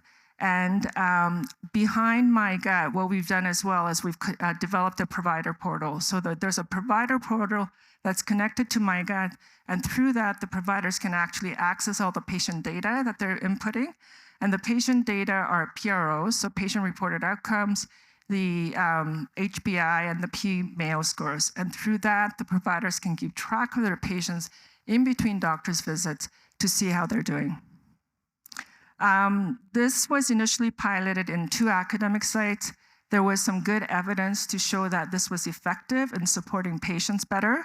So now what we're planning on doing, which is more of an ambitious idea, is to really support the community practitioners by offering a virtual nurse who will act as the hub and act as the triage nurse. So she will be monitoring their patients virtually. If there's any push notification coming from the measures that the patients are inputting, which is an automated way of doing it, that My Gut sends to the nurse will open up the provider portal, look at the patient's records, and determine from there what to do, whether it be more diagnostics, whether it be a phone call to have a conversation and maybe recommend they go to emergency, or whether it be to call the gastroenterologist and say, you need to see your patient sooner than later. Mental health and diet support.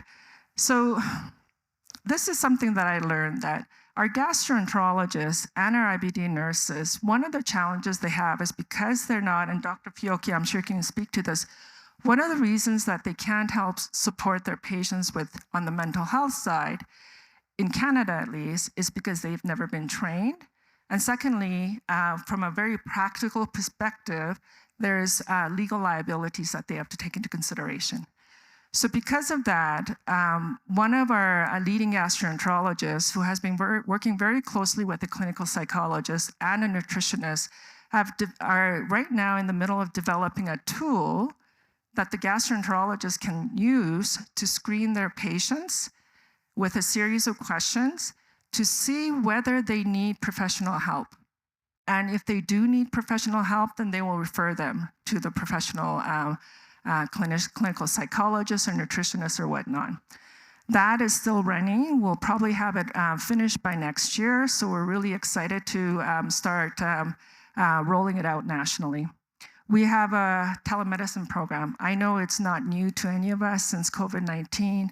This was launched actually in 2016, so before COVID, and this was piloted in one province to see, is this a way that we can bridge the rural and urban gap to offer access to specialists, to patients who are living in the rural areas, so they don't have to drive the 5 to 10 hours to see their specialist. Again, this worked out well. There was good, strong evidence that there was savings in their out-of-pocket expenses, savings in time, and so forth. Access to the specialists, they decreased it. Average wait time was, I think, 6 months before we piloted this.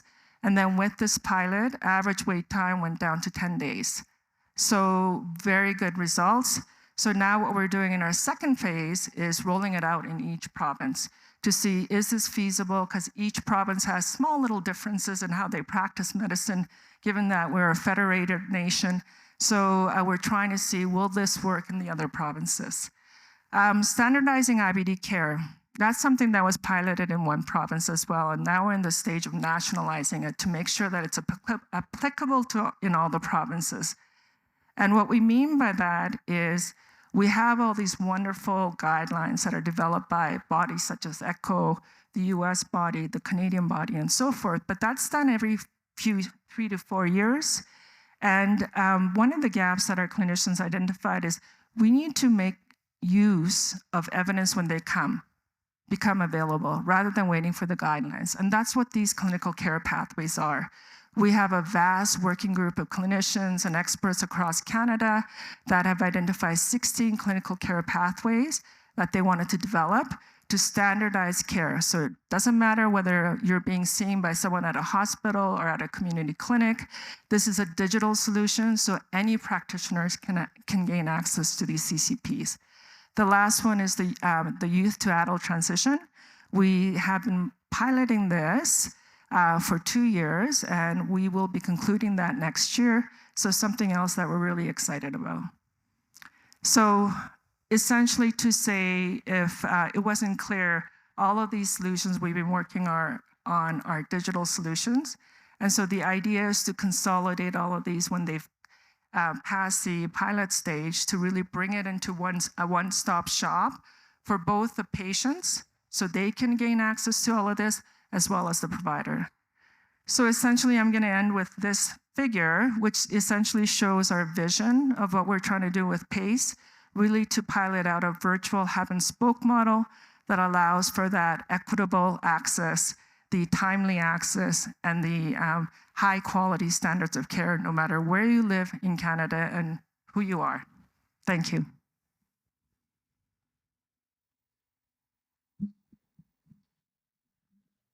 Do you have any question?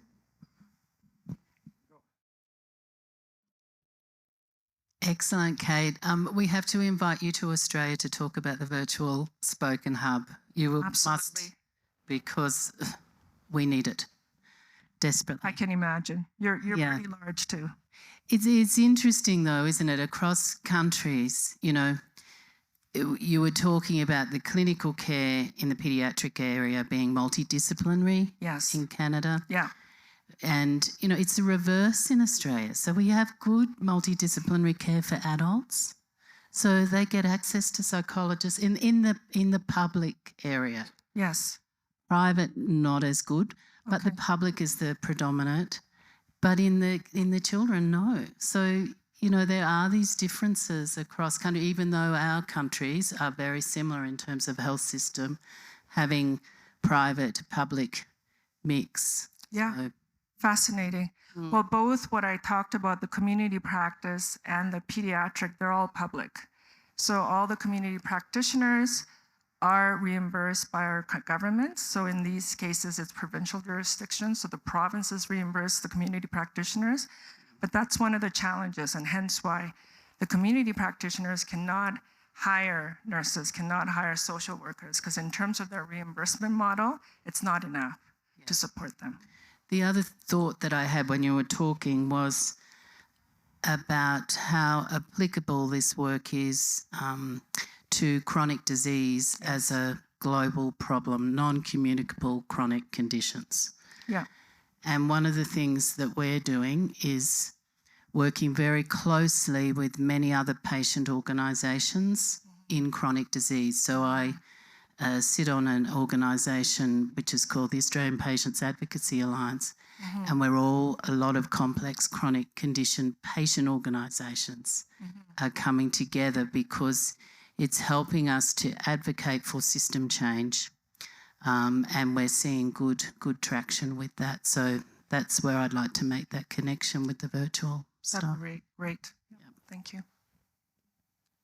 Thank you. And now we are back to this region. As you know, this morning we had a discussion. Sorry. Sorry. Oh, I don't have to translate. Someone translate for me? Okay.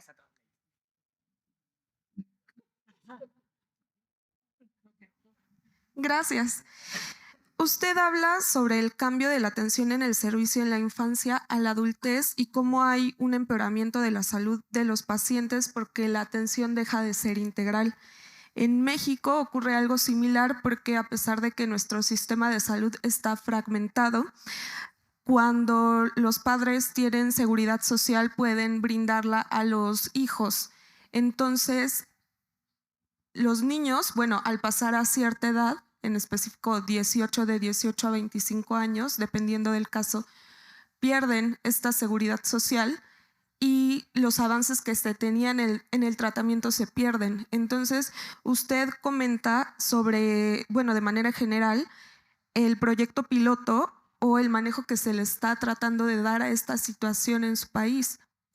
¿Cómo podríamos abordar de manera específica o qué recomendaciones daría usted para reducir esta brecha? ¿Qué acciones podríamos tomar?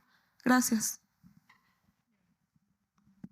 So thank you for that question. We're not tackling it from a healthcare system model because we felt that that's a big battle.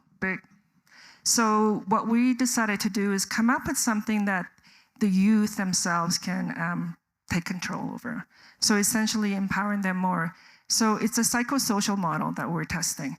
So it's about, I don't know who talked about resilience. I don't remember the speaker who talked about the importance of resilience amongst youth. And that's what we're essentially doing. Our model is all about education, coaching them. We have social workers. So again, it's a virtual model. So virtual navigators who essentially are doing the hand-holding, if you will, of the youth and ensuring that they learn all these aspects that evidence has shown is important for them to successfully transition into an adult care model. And I think that's something that any country can adopt. Yeah. I'm sure we can then discuss a bit more about transition from childhood to adult care, because it's something that was common in several presentations and in general into the discussion. But before sitting on stage for the panel discussion, I would like to ask to the rapporteur who is the rapporteur of the discussion among Latin American countries? Maybe Beatriz? I think it's your turn. It's okay? So please, let us know what you discussed and which are the common points you would like to share with the rest of the audience. ¿Subimos aquí al podio o no?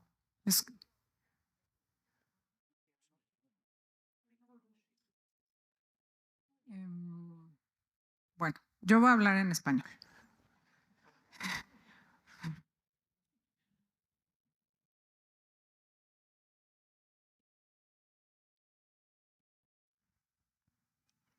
Escuchando las previas presentaciones, creo que coincidimos, no sé, estoy hablando la verdad sin preguntar, pero viendo a Carolina, a Tati, ¿no? Creo que sí hay una diferencia entre la región de Latinoamérica contra otros lugares. Entonces, lo primero en lo que coincidimos, que creo que fue lo más importante, es que sí tenemos que estar unidos. Como decía el profesor Claudio, o sea, uno puede tocar y no lo van a escuchar, a que si somos varios unidos, entonces llegamos a la conclusión que nos tenemos que unir como región y tenemos que tener un paragüitas, ¿no? Que nos cubra, que nos asesore, y pues ese paraguotas va a ser EFFCA, ¿no? O sea, como que sí nos da un peso a nosotros como asociaciones pequeñas. No manejamos los números, ¿no?, del Crohn's colitis de Estados Unidos, ni los números de Canadá, Australia, ni siquiera, o sea, muchos de sus trabajos de investigación, de de desarrollo, ¿no? Entonces, concluimos que se necesita estar unidos bajo el EFFCA, que eso nos va a ayudar.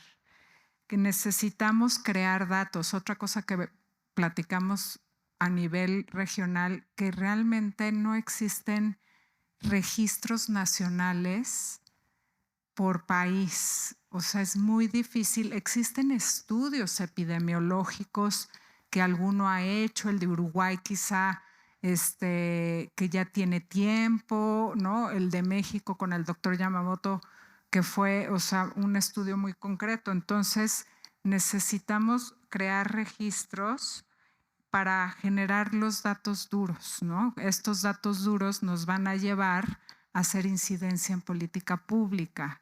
Esta incidencia en política pública, igual, si nos unimos como región, va a tener más repercusión que cada uno en lo individual. Tenemos que, como decía también el profesor Claudio, que todo radica también mucho en el empoderamiento del paciente. O sea, que si es un paciente que pierde el miedo al ir a su consulta, que llega hablándole de tú a tú al médico y preguntando, oiga, estos nuevos tratamientos, yo he notado esto, leí en esta bibliografía, ¿no? Es diferente el trato, por muy corto que sea el tiempo de cita, de consulta, a un paciente que permanece callado y nada más escucha y es pasivo. O sea, necesitamos ir transformando a estas personas activas en su salud. Necesitamos crear alianzas con las agencias regulatorias, pero igual, como decíamos, hay países tan pequeños, ¿no? O que los números, quizá no es el país y la cantidad de habitantes, sino los números para las farmacéuticas no representan, ¿no?, grandes números, pero si nos unimos puede ser también diferente porque ya nos ven como región, no solamente como país. Sí dijimos que nos tenemos que llevar una tarea, no podemos, como decíamos, qué bonito, qué padre reunión, nos reímos, comimos muy rico, necesitamos tener nuestra tarea. Una de ellas fue reunirnos virtualmente por lo menos una vez cada 3 meses, así tengamos la cita que tengamos, no podemos ir faltando porque tenemos que tener compromiso para sacar esto adelante, ¿no?, como región. Entonces, esa es como la primera tarea, crear alianzas con agencias regulatorias, contacto directo con los científicos, los pacientes. Tenemos que influir en la academia. Eso es algo que también, los pacientes solos, pues es más difícil el trabajo, pero si tenemos a los médicos de nuestra parte, pues nos van a escuchar más, ¿no? Vamos a estar mejor oídos. Y, por ejemplo, lo que también vimos, y esto es lo que sacamos también de provechoso, que aprendemos, no nos podemos, estamos saliendo de aquí con muchas enseñanzas y prácticas que podemos replicar en nuestros países, de los países que ya nos llevan años de ventaja. Entonces, ir copiando y copiándoles, ¿no?, esas prácticas que llevan, que les han dado resultado a ustedes, llevarlas a cabo en nuestra región. Respecto a los ensayos clínicos, ¿no? Tenemos a DIVA, ya Roberto en la mañana explicó todo lo que nos puede dar DIVA, entonces aprovecharlo. Si ya está ahí, ahora sí que sacarle provecho. Por favor, ayúdenme porque no me acuerdo, no soy muy buen. Difusión, ¿alguien más quiere subir y compartir? Carolina.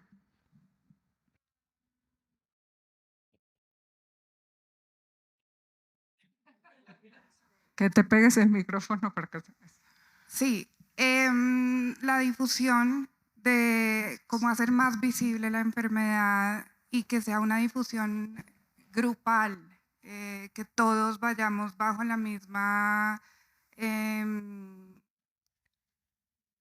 sí, bajo la misma línea, que todos transmitamos lo mismo a nuestros pacientes, a nuestro gobierno, que sea más visible, y con la ayuda del EFFCA yo creo que podemos lograr tener éxito en esto, hacer que cada vez seamos más grandes siendo países pequeños y no desarrollados, pero que podamos dar una gran ayuda a los pacientes. Yo los veía hace rato muy participativos, que hasta nos esperaron afuera para comer cuando estábamos sentados aquí en la mesa, y ahorita que sabemos que tenemos el micrófono, como que nos cohibimos un poco. Bernardino.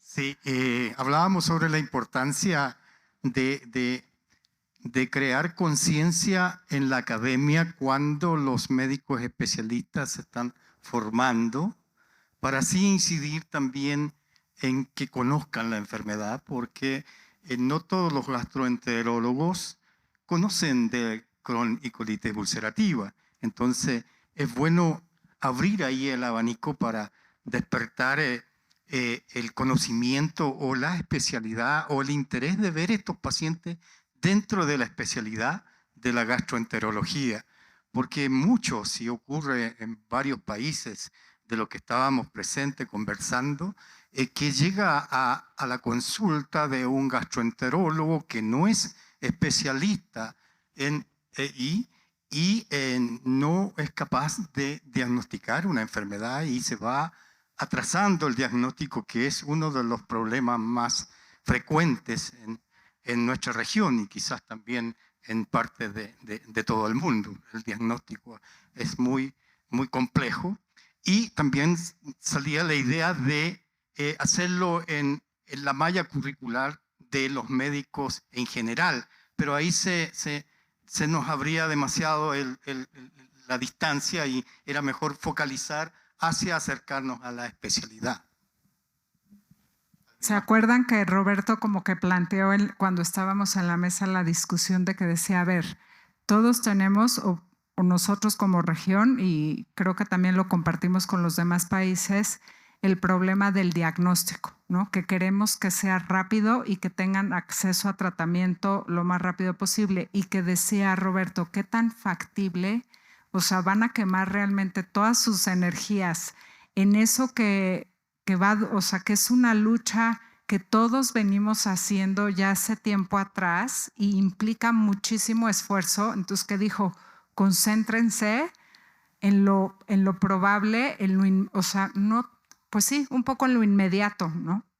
En lo práctico, o sea, entonces por eso como que dijimos y de ahí fue que salió, tenemos que hacer difusión, porque es el mismo, o sea, es la misma, a mí no me gusta usar la persona paciente, ¿no? O sea, por todo lo que, la connotación, pero es la misma persona diagnosticada la que tiene que involucrarse y participar digo, no, ya también ya no voy a hacer lo del circulito, eso ya también ya lo he usado mucho, pero somos nosotros, o sea, somos cada quien en su casa, con su familia, con su doctor cuando va a su consulta, en su escuela, en su universidad, en su trabajo, los que tenemos que empezar a hablar de esta, ¿no?, enfermedad, empezar a compartirla, perder la vergüenza, quitarnos lo que creemos nosotros que es este estigma. Empieza el trabajo, o sea, tiene que ser personal, y para que se vayan haciendo olas, y quién más, o sea, como sí, que siento que trabajamos más, no, y estoy quedando como muy corta de todo lo que dijimos. Sobre la divulgación o la difusión es importante, porque colocaba yo como ejemplo, en mi país, hace 10 o 12 años no se conocía prácticamente la enfermedad, y fue trabajo de la Asociación de Pacientes la que llevó primero a trabajar en una ley para poder tener cobertura para tratamientos de alto costo, y ahí recién algunos médicos especialistas o gastroenterólogos se dieron cuenta de la importancia que tienen los pacientes o las agrupaciones de pacientes y pudimos despertar el interés en los médicos gastroenterólogos y así que ellos mismos se fueran interesando en dedicar parte de su tiempo y de su especialidad a atender a las personas con enfermedades inflamatorias intestinales. De la misma forma, los tomadores de decisiones, como decía un exponente anterior, que la rueda que no chilla no se aceita. Y es muy cierto, porque también cuando las agrupaciones de pacientes convocan a pacientes, convocan a personas, es bueno tratar de tener el respaldo de las personas con los problemas de salud detrás de las agrupaciones de pacientes, porque a los tomadores de decisiones les interesa la participación ciudadana y también les interesa ver que hay mucha gente detrás empujando para sacar adelante estas tareas y se interesan en eso. Sí, yo creo que... Just a moment, because you know we are supposed to have the panel discussion. So no, I don't want to stop you. I give you 5 minutes, and then we start with we ask the rest of the panelists to come on stage. Okay? Yes, please. No, it was just to reorganize the rest of the conference. No, yo creo que lo más importante y a lo que llegamos con todos los puntos que hemos tocado es que la difusión y la unión grupal como región es lo que nos va a ayudar a hacer que esta enfermedad sea visible, que haya un diagnóstico temprano, que podamos estar todos bajo una misma línea, que todos estemos igual, con el mismo enfoque, haciendo difusión de lo mismo. Es creo que la conclusión a la que podemos llegar de difusión, un diagnóstico temprano, unión como región. I see. I think that, I don't want to interrupt you, but I think this is a concrete example of how we can work together. So it was a few hours this morning, we have the chance to work together, and now you are here sitting together and spreading your message. I think the most powerful message we can get from this moment, really united. So take a picture and a big applause.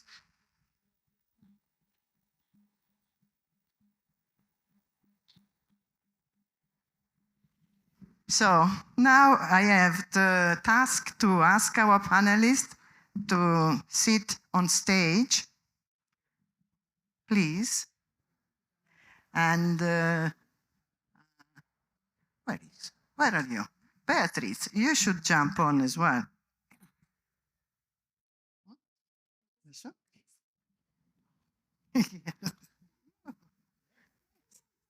So he's missing.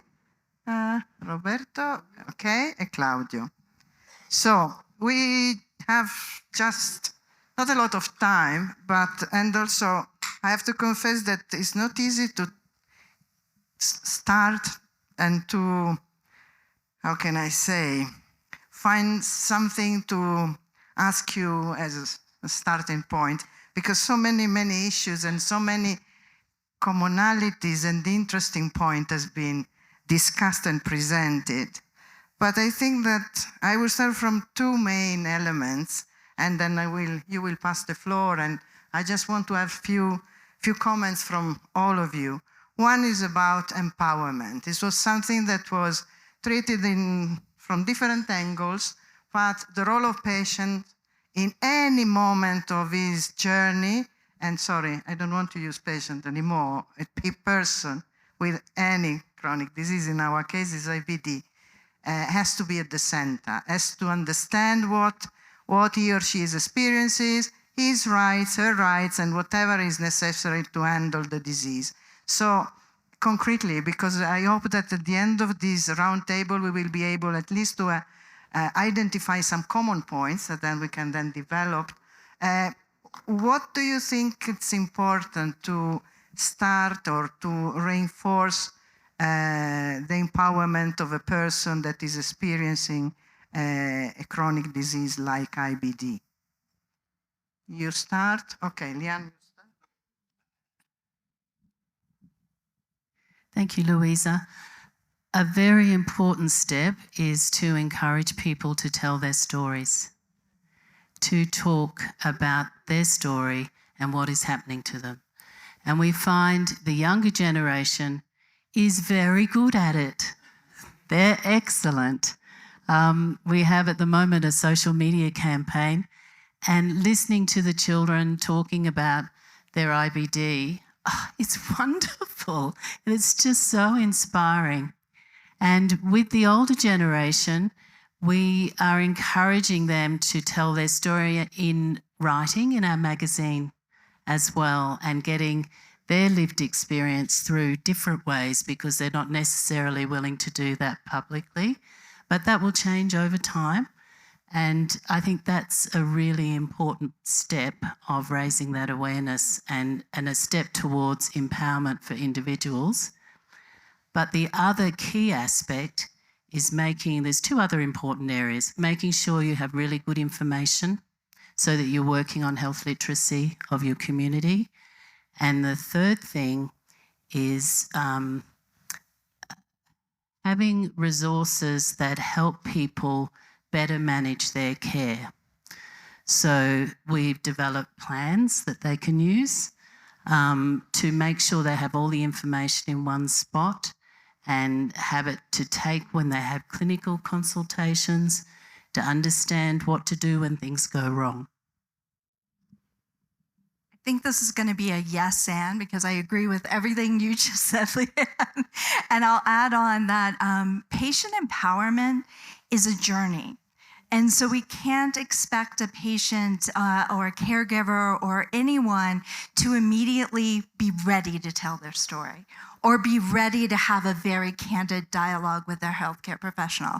We have to recognize that we need to think of it as stages and give them the resources to become comfortable, educated maybe first, then give them the tools to talk to their healthcare professional, then give them the tools and the peer support to give them the community, and then start to tell the story and ultimately empower them to take action, whatever that action is. If that action is legislative, if that action is going and working to be a patron-centric sponsor and on social media and become a thought leader, but it's a journey. And the other thing I would say, in addition to health literacy, we have to take into account cultural competency. So being sensitive to the different cultures within your community and making sure that whatever support, education, research, advocacy that you're doing reflects the unique needs of that community. And so I would caution, this is a journey and it takes time. You can't tackle all of this at once. I really think it's going to be yes to everything, and we want to add. So yes to everything, absolutely. And I fully agree, Leanne, there's such a difference with the younger generation in terms of them being out there and talking about their disease. And historically, that's one of the challenges we've had in IBD, where it's, I don't know what term we could use, maybe an invisible disease, because not only there was lack of awareness, but also the people living with their disease, they didn't want to talk about it. But we're definitely seeing a shift with the younger generation. What I wanted to add was just about the resources that both of you talked about. And this, Louisa, you talked about patients or people living with IBD being in the center. One simple tool is one that we have available, because speaking about the differences, there are some people who are very good at advocating for themselves and very good at maximizing their 5 or 10 minutes that they have with their gastroenterologist. And that was a learning process for them in terms of how do I do it? Definitely they had to educate themselves about their disease and look at all the resources, actually learn about medical terminology as well. So working with these type of people within our community to develop a guideline, if you will, a very simple discussion guideline that anyone who might not be quite there to use, to be able to have that ready so that they feel that they're ready, confident, so they can hold that productive discussion with their clinicians. I'm sure you all have one of those as well, but just wanted to give that as an example since we're talking about developing something with patients. Fine. No, I also agree. However, for saying something different, something that I have been thinking about in these last years, for first time something is changing. I started to notice how we need to change our expectation. We have been asking others to put into our shoes. And now, for first time, there are other stakeholders asking us to put into their shoes. And this is really interesting because we need to learn what others expect from us so that we can support them to help us. So this is new.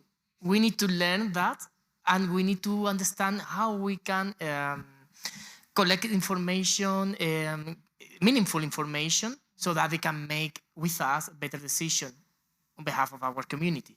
So this is a challenge. This is something we need to solve, and of course, need to understand how to deal with. So I will add my 2 cents. So I see empowerments at 2 levels. If the patient is empowered because studied, learned, feel more comfortable, and can talk to the physician like, I want to know more, tell me something, that is fine and great. But empowerment also has to be translated into representation. If let's say we are all patients and each one of us feels empowered. But how do we translate this empowerment to an organization where we can actually make something happen? The doctor cannot make that happen. But so we need representation, and representation implies to have leadership. So whatever group we have, somebody has to be the one that takes the helm and say, okay, we all agree on this, we all have our thoughts, and now we're going to go to agency X, Y, and Z and say, we are and we want this. And be ready to say, that's great, but that's going to be difficult. But the journey is difficult. But representation, and this is something the US is very good about it. Sometimes for the wrong reasons. But and often for the wrong reasons. But representation is fundamental. Translate my empowerment, your empowerment to a voice that can be heard at a governmental agency level.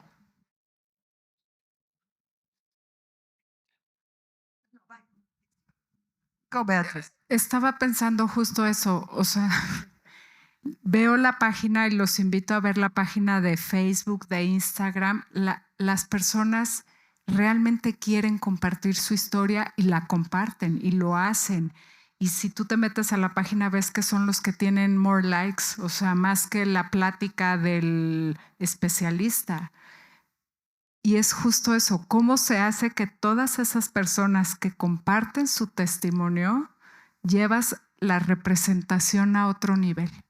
O sea, ahí es donde las barreras, ¿no? Quizá a lo mejor los tiempos políticos de cada país, ¿no? Actualmente mi país, ¿no? Está, o sea, en 15 días va a haber elecciones, un sistema de salud fragmentado, o sea, estaba en las mesas que tuvimos en la mañana, hablaba Uruguay, Colombia, todos tienen un sistema de salud. México tiene como 8, o sea, tiene muchísimos. Entonces, ahí es donde, ¿cómo le hago? ¿Cómo le hago?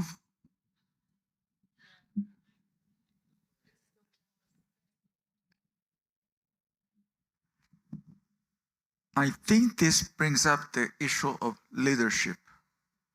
Leadership is not for everybody.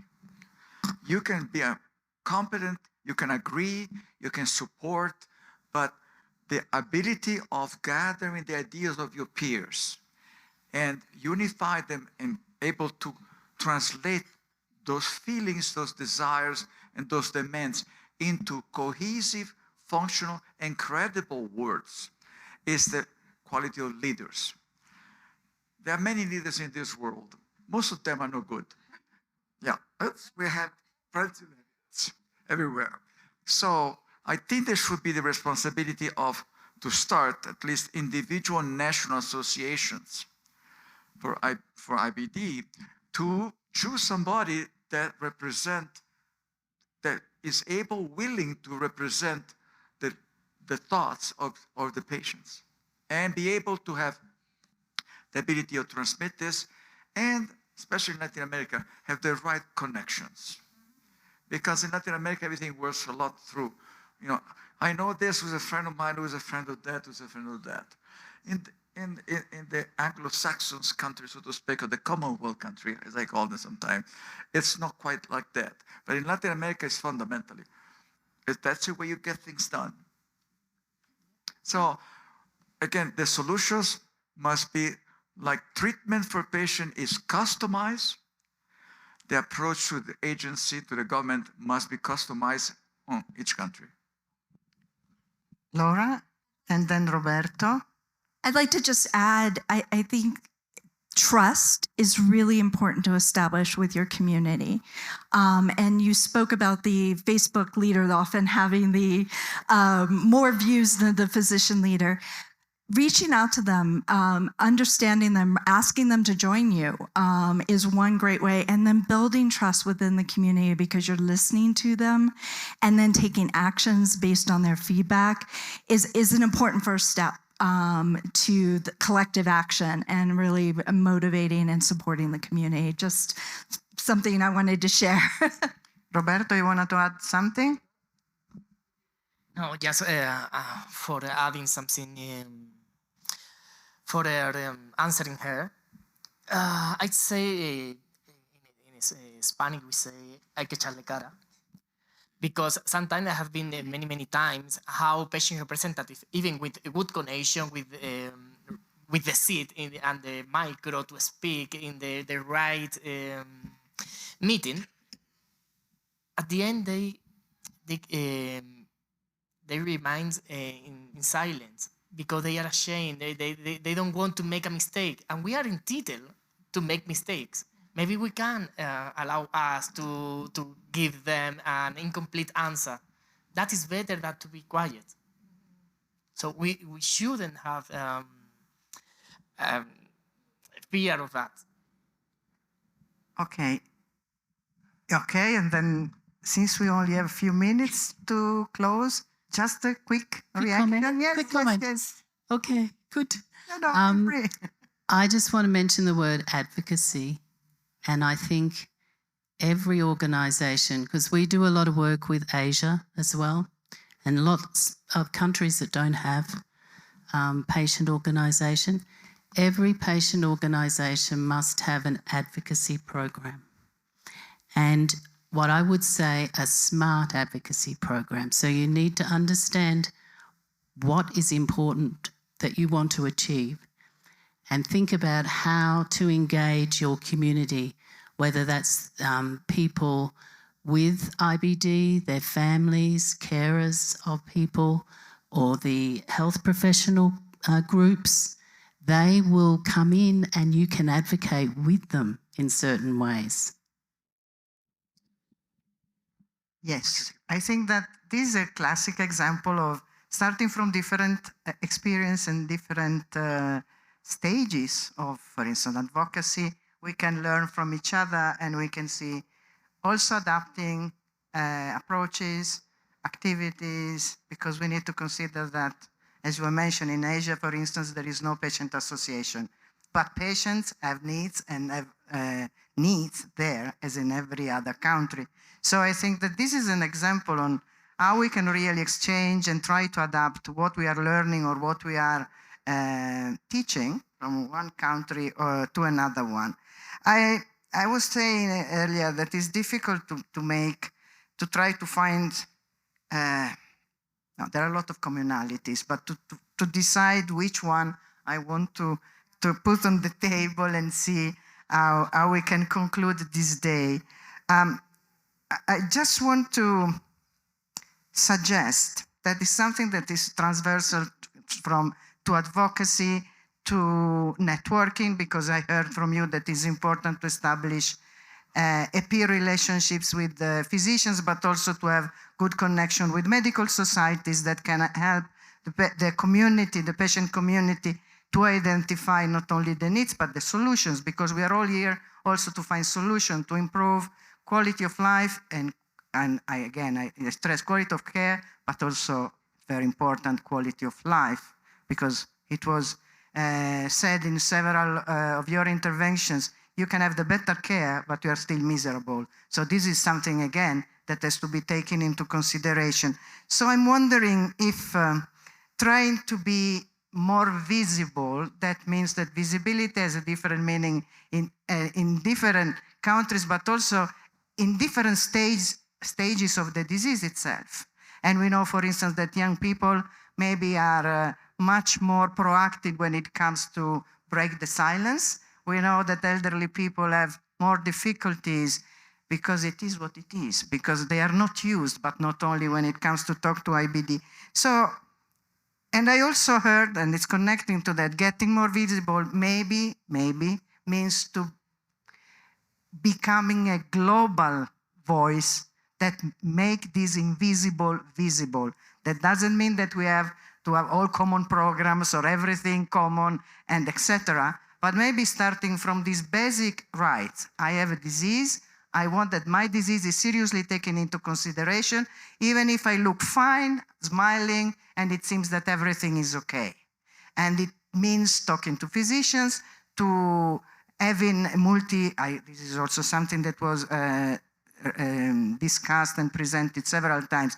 I want to have the most effective and capable psychological support. I want to have a group of physicians and experts.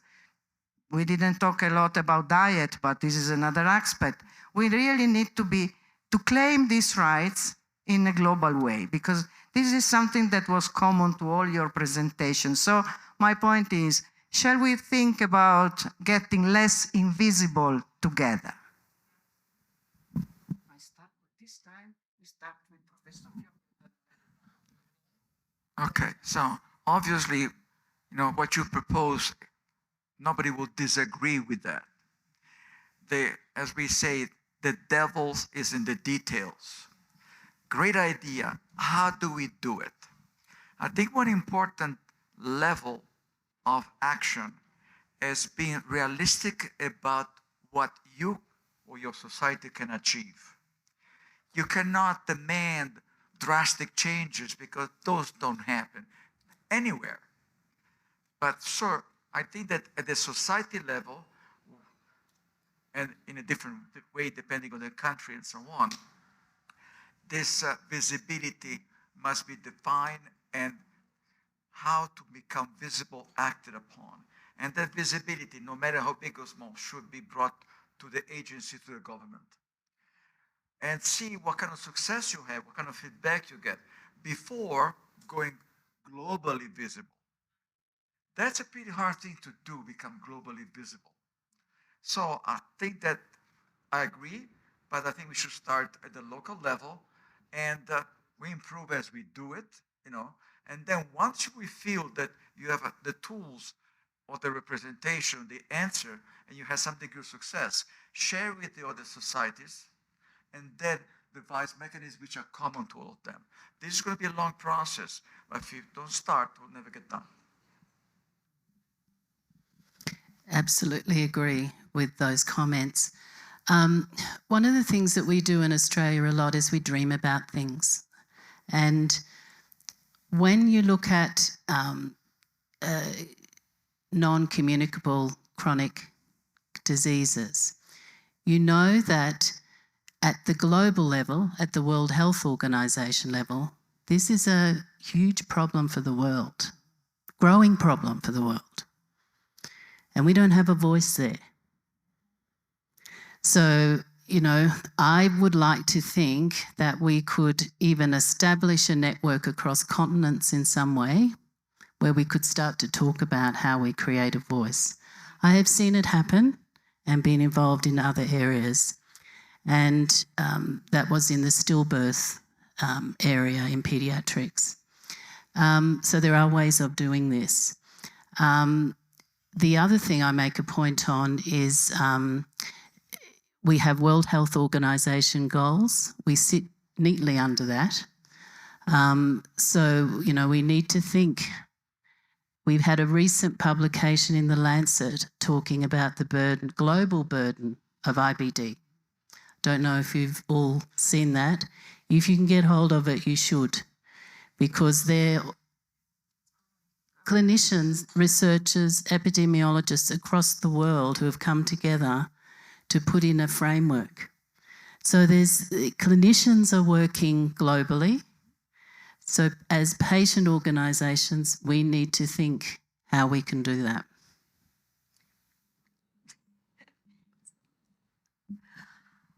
I am going to do the yes and again. I agree that the World Health Organization is a great step to consider making our diseases visible. I also appreciate the point of making them visible at the organization, country level. But I do think there could be an opportunity to come together with the right leadership, to Claudio's point, to come up with a visible Bill of Rights or something like that that we could all agree to and you know, ratify, so to speak, across our different countries and organizations. So I do think that's a noble cause along with these other efforts. So I would be supportive of exploring that and having more meetings like this to share best practices and resources, because there's so much that many of our organizations could share as best practices and accelerate the work of some of our fellow sister organizations much more quickly by sharing. I don't think I have anything to add to that. I was going to say, I think we're on a good start with EFFCA turning rebranding to EFFCA. And I think, and EFFCA has been leading the way in terms of, you know, uniting everyone across the world. And I do agree with everything that's said. We need the proper leadership. But I'm a strong believer in the collective voice. So for us to work together, I think we can make more impact globally than individually. Yes, we have to do things individually because our nations, the way we function, it's very different. But that's not to say we can't do that in parallel. So to Laura's point, I think this is a great forum for us to get together, share best practices, and that's a great way to accelerate and help each other in sharing resources and, you know, identify, you know, what are you doing? What am I doing? And talk about that and see how we can collaborate and say, oh, wow, we're not doing that. Can we borrow your resources or whatnot? So have those types of conversations in this forum. I agree. In short, we can miss this opportunity. We can miss this opportunity if we see what others are doing. National governments are collaborating each other. Evaluators are collaborating each other. Physicians too. No, but they are collaborating. So we need to do it. It doesn't matter how, it doesn't matter who can lead it. The important thing is this is a global issue. Health systems are suffering with the same problem, and we can find a common solution. So we need to try it.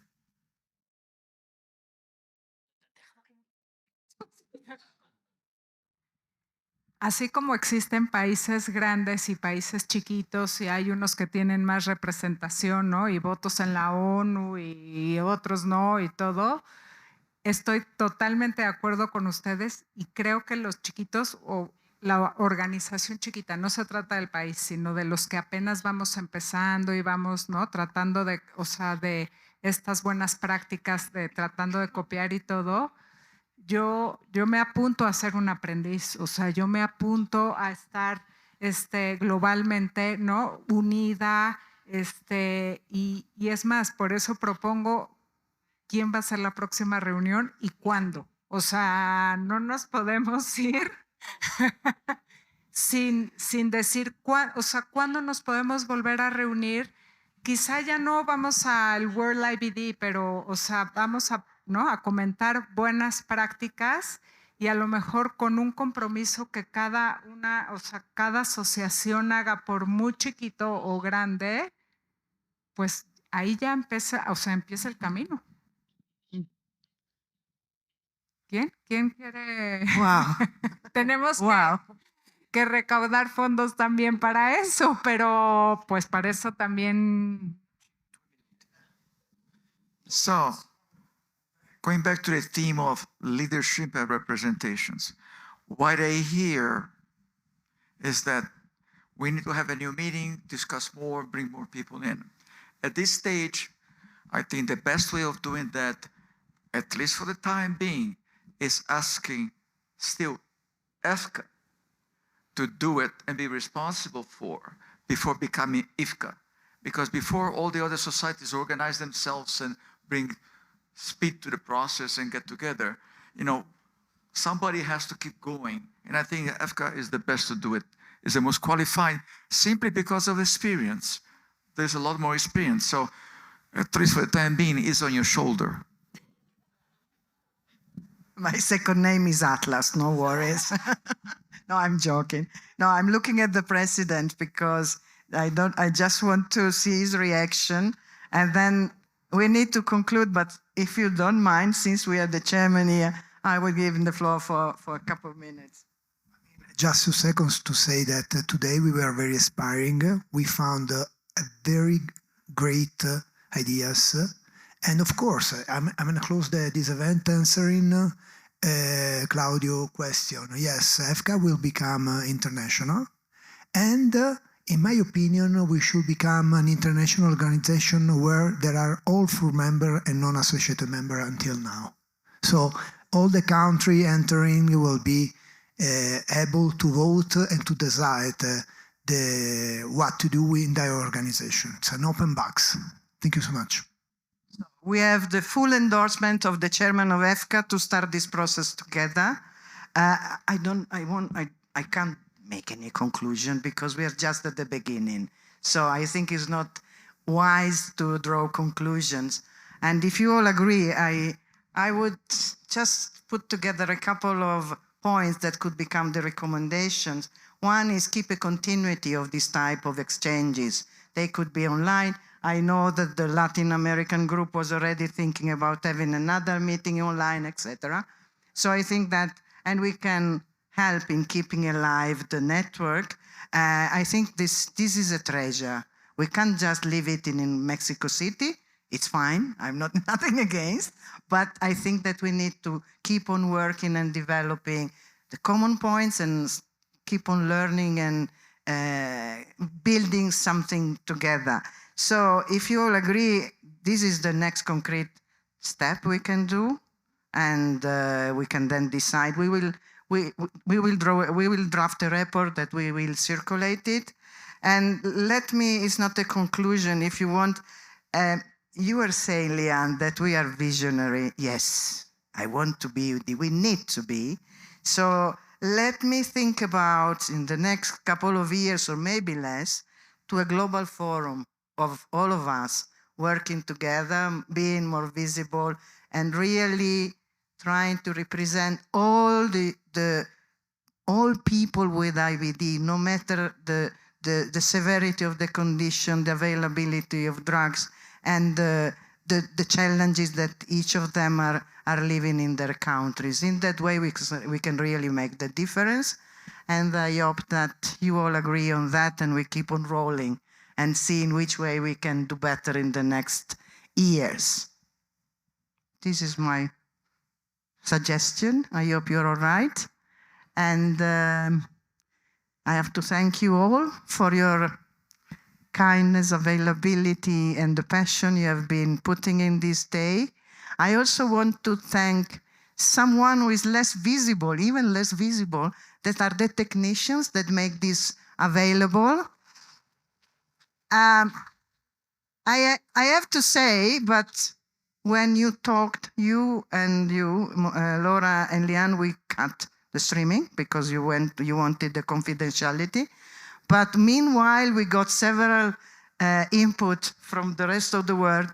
Our friends in Denmark, okay, great, it was great. Italy says, so there was someone, and in Europe it's very late, but someone was following us, and they were very, very happy. So thank you to the technician that make it possible. And over there, there are the translators that we really need to thank, because you are facilitating the exchange. That is really an important aspect. And I would also like to thank those guys that have been discreetly serving us all day long with water, coffee, and everything. So muchas gracias. Muchas gracias.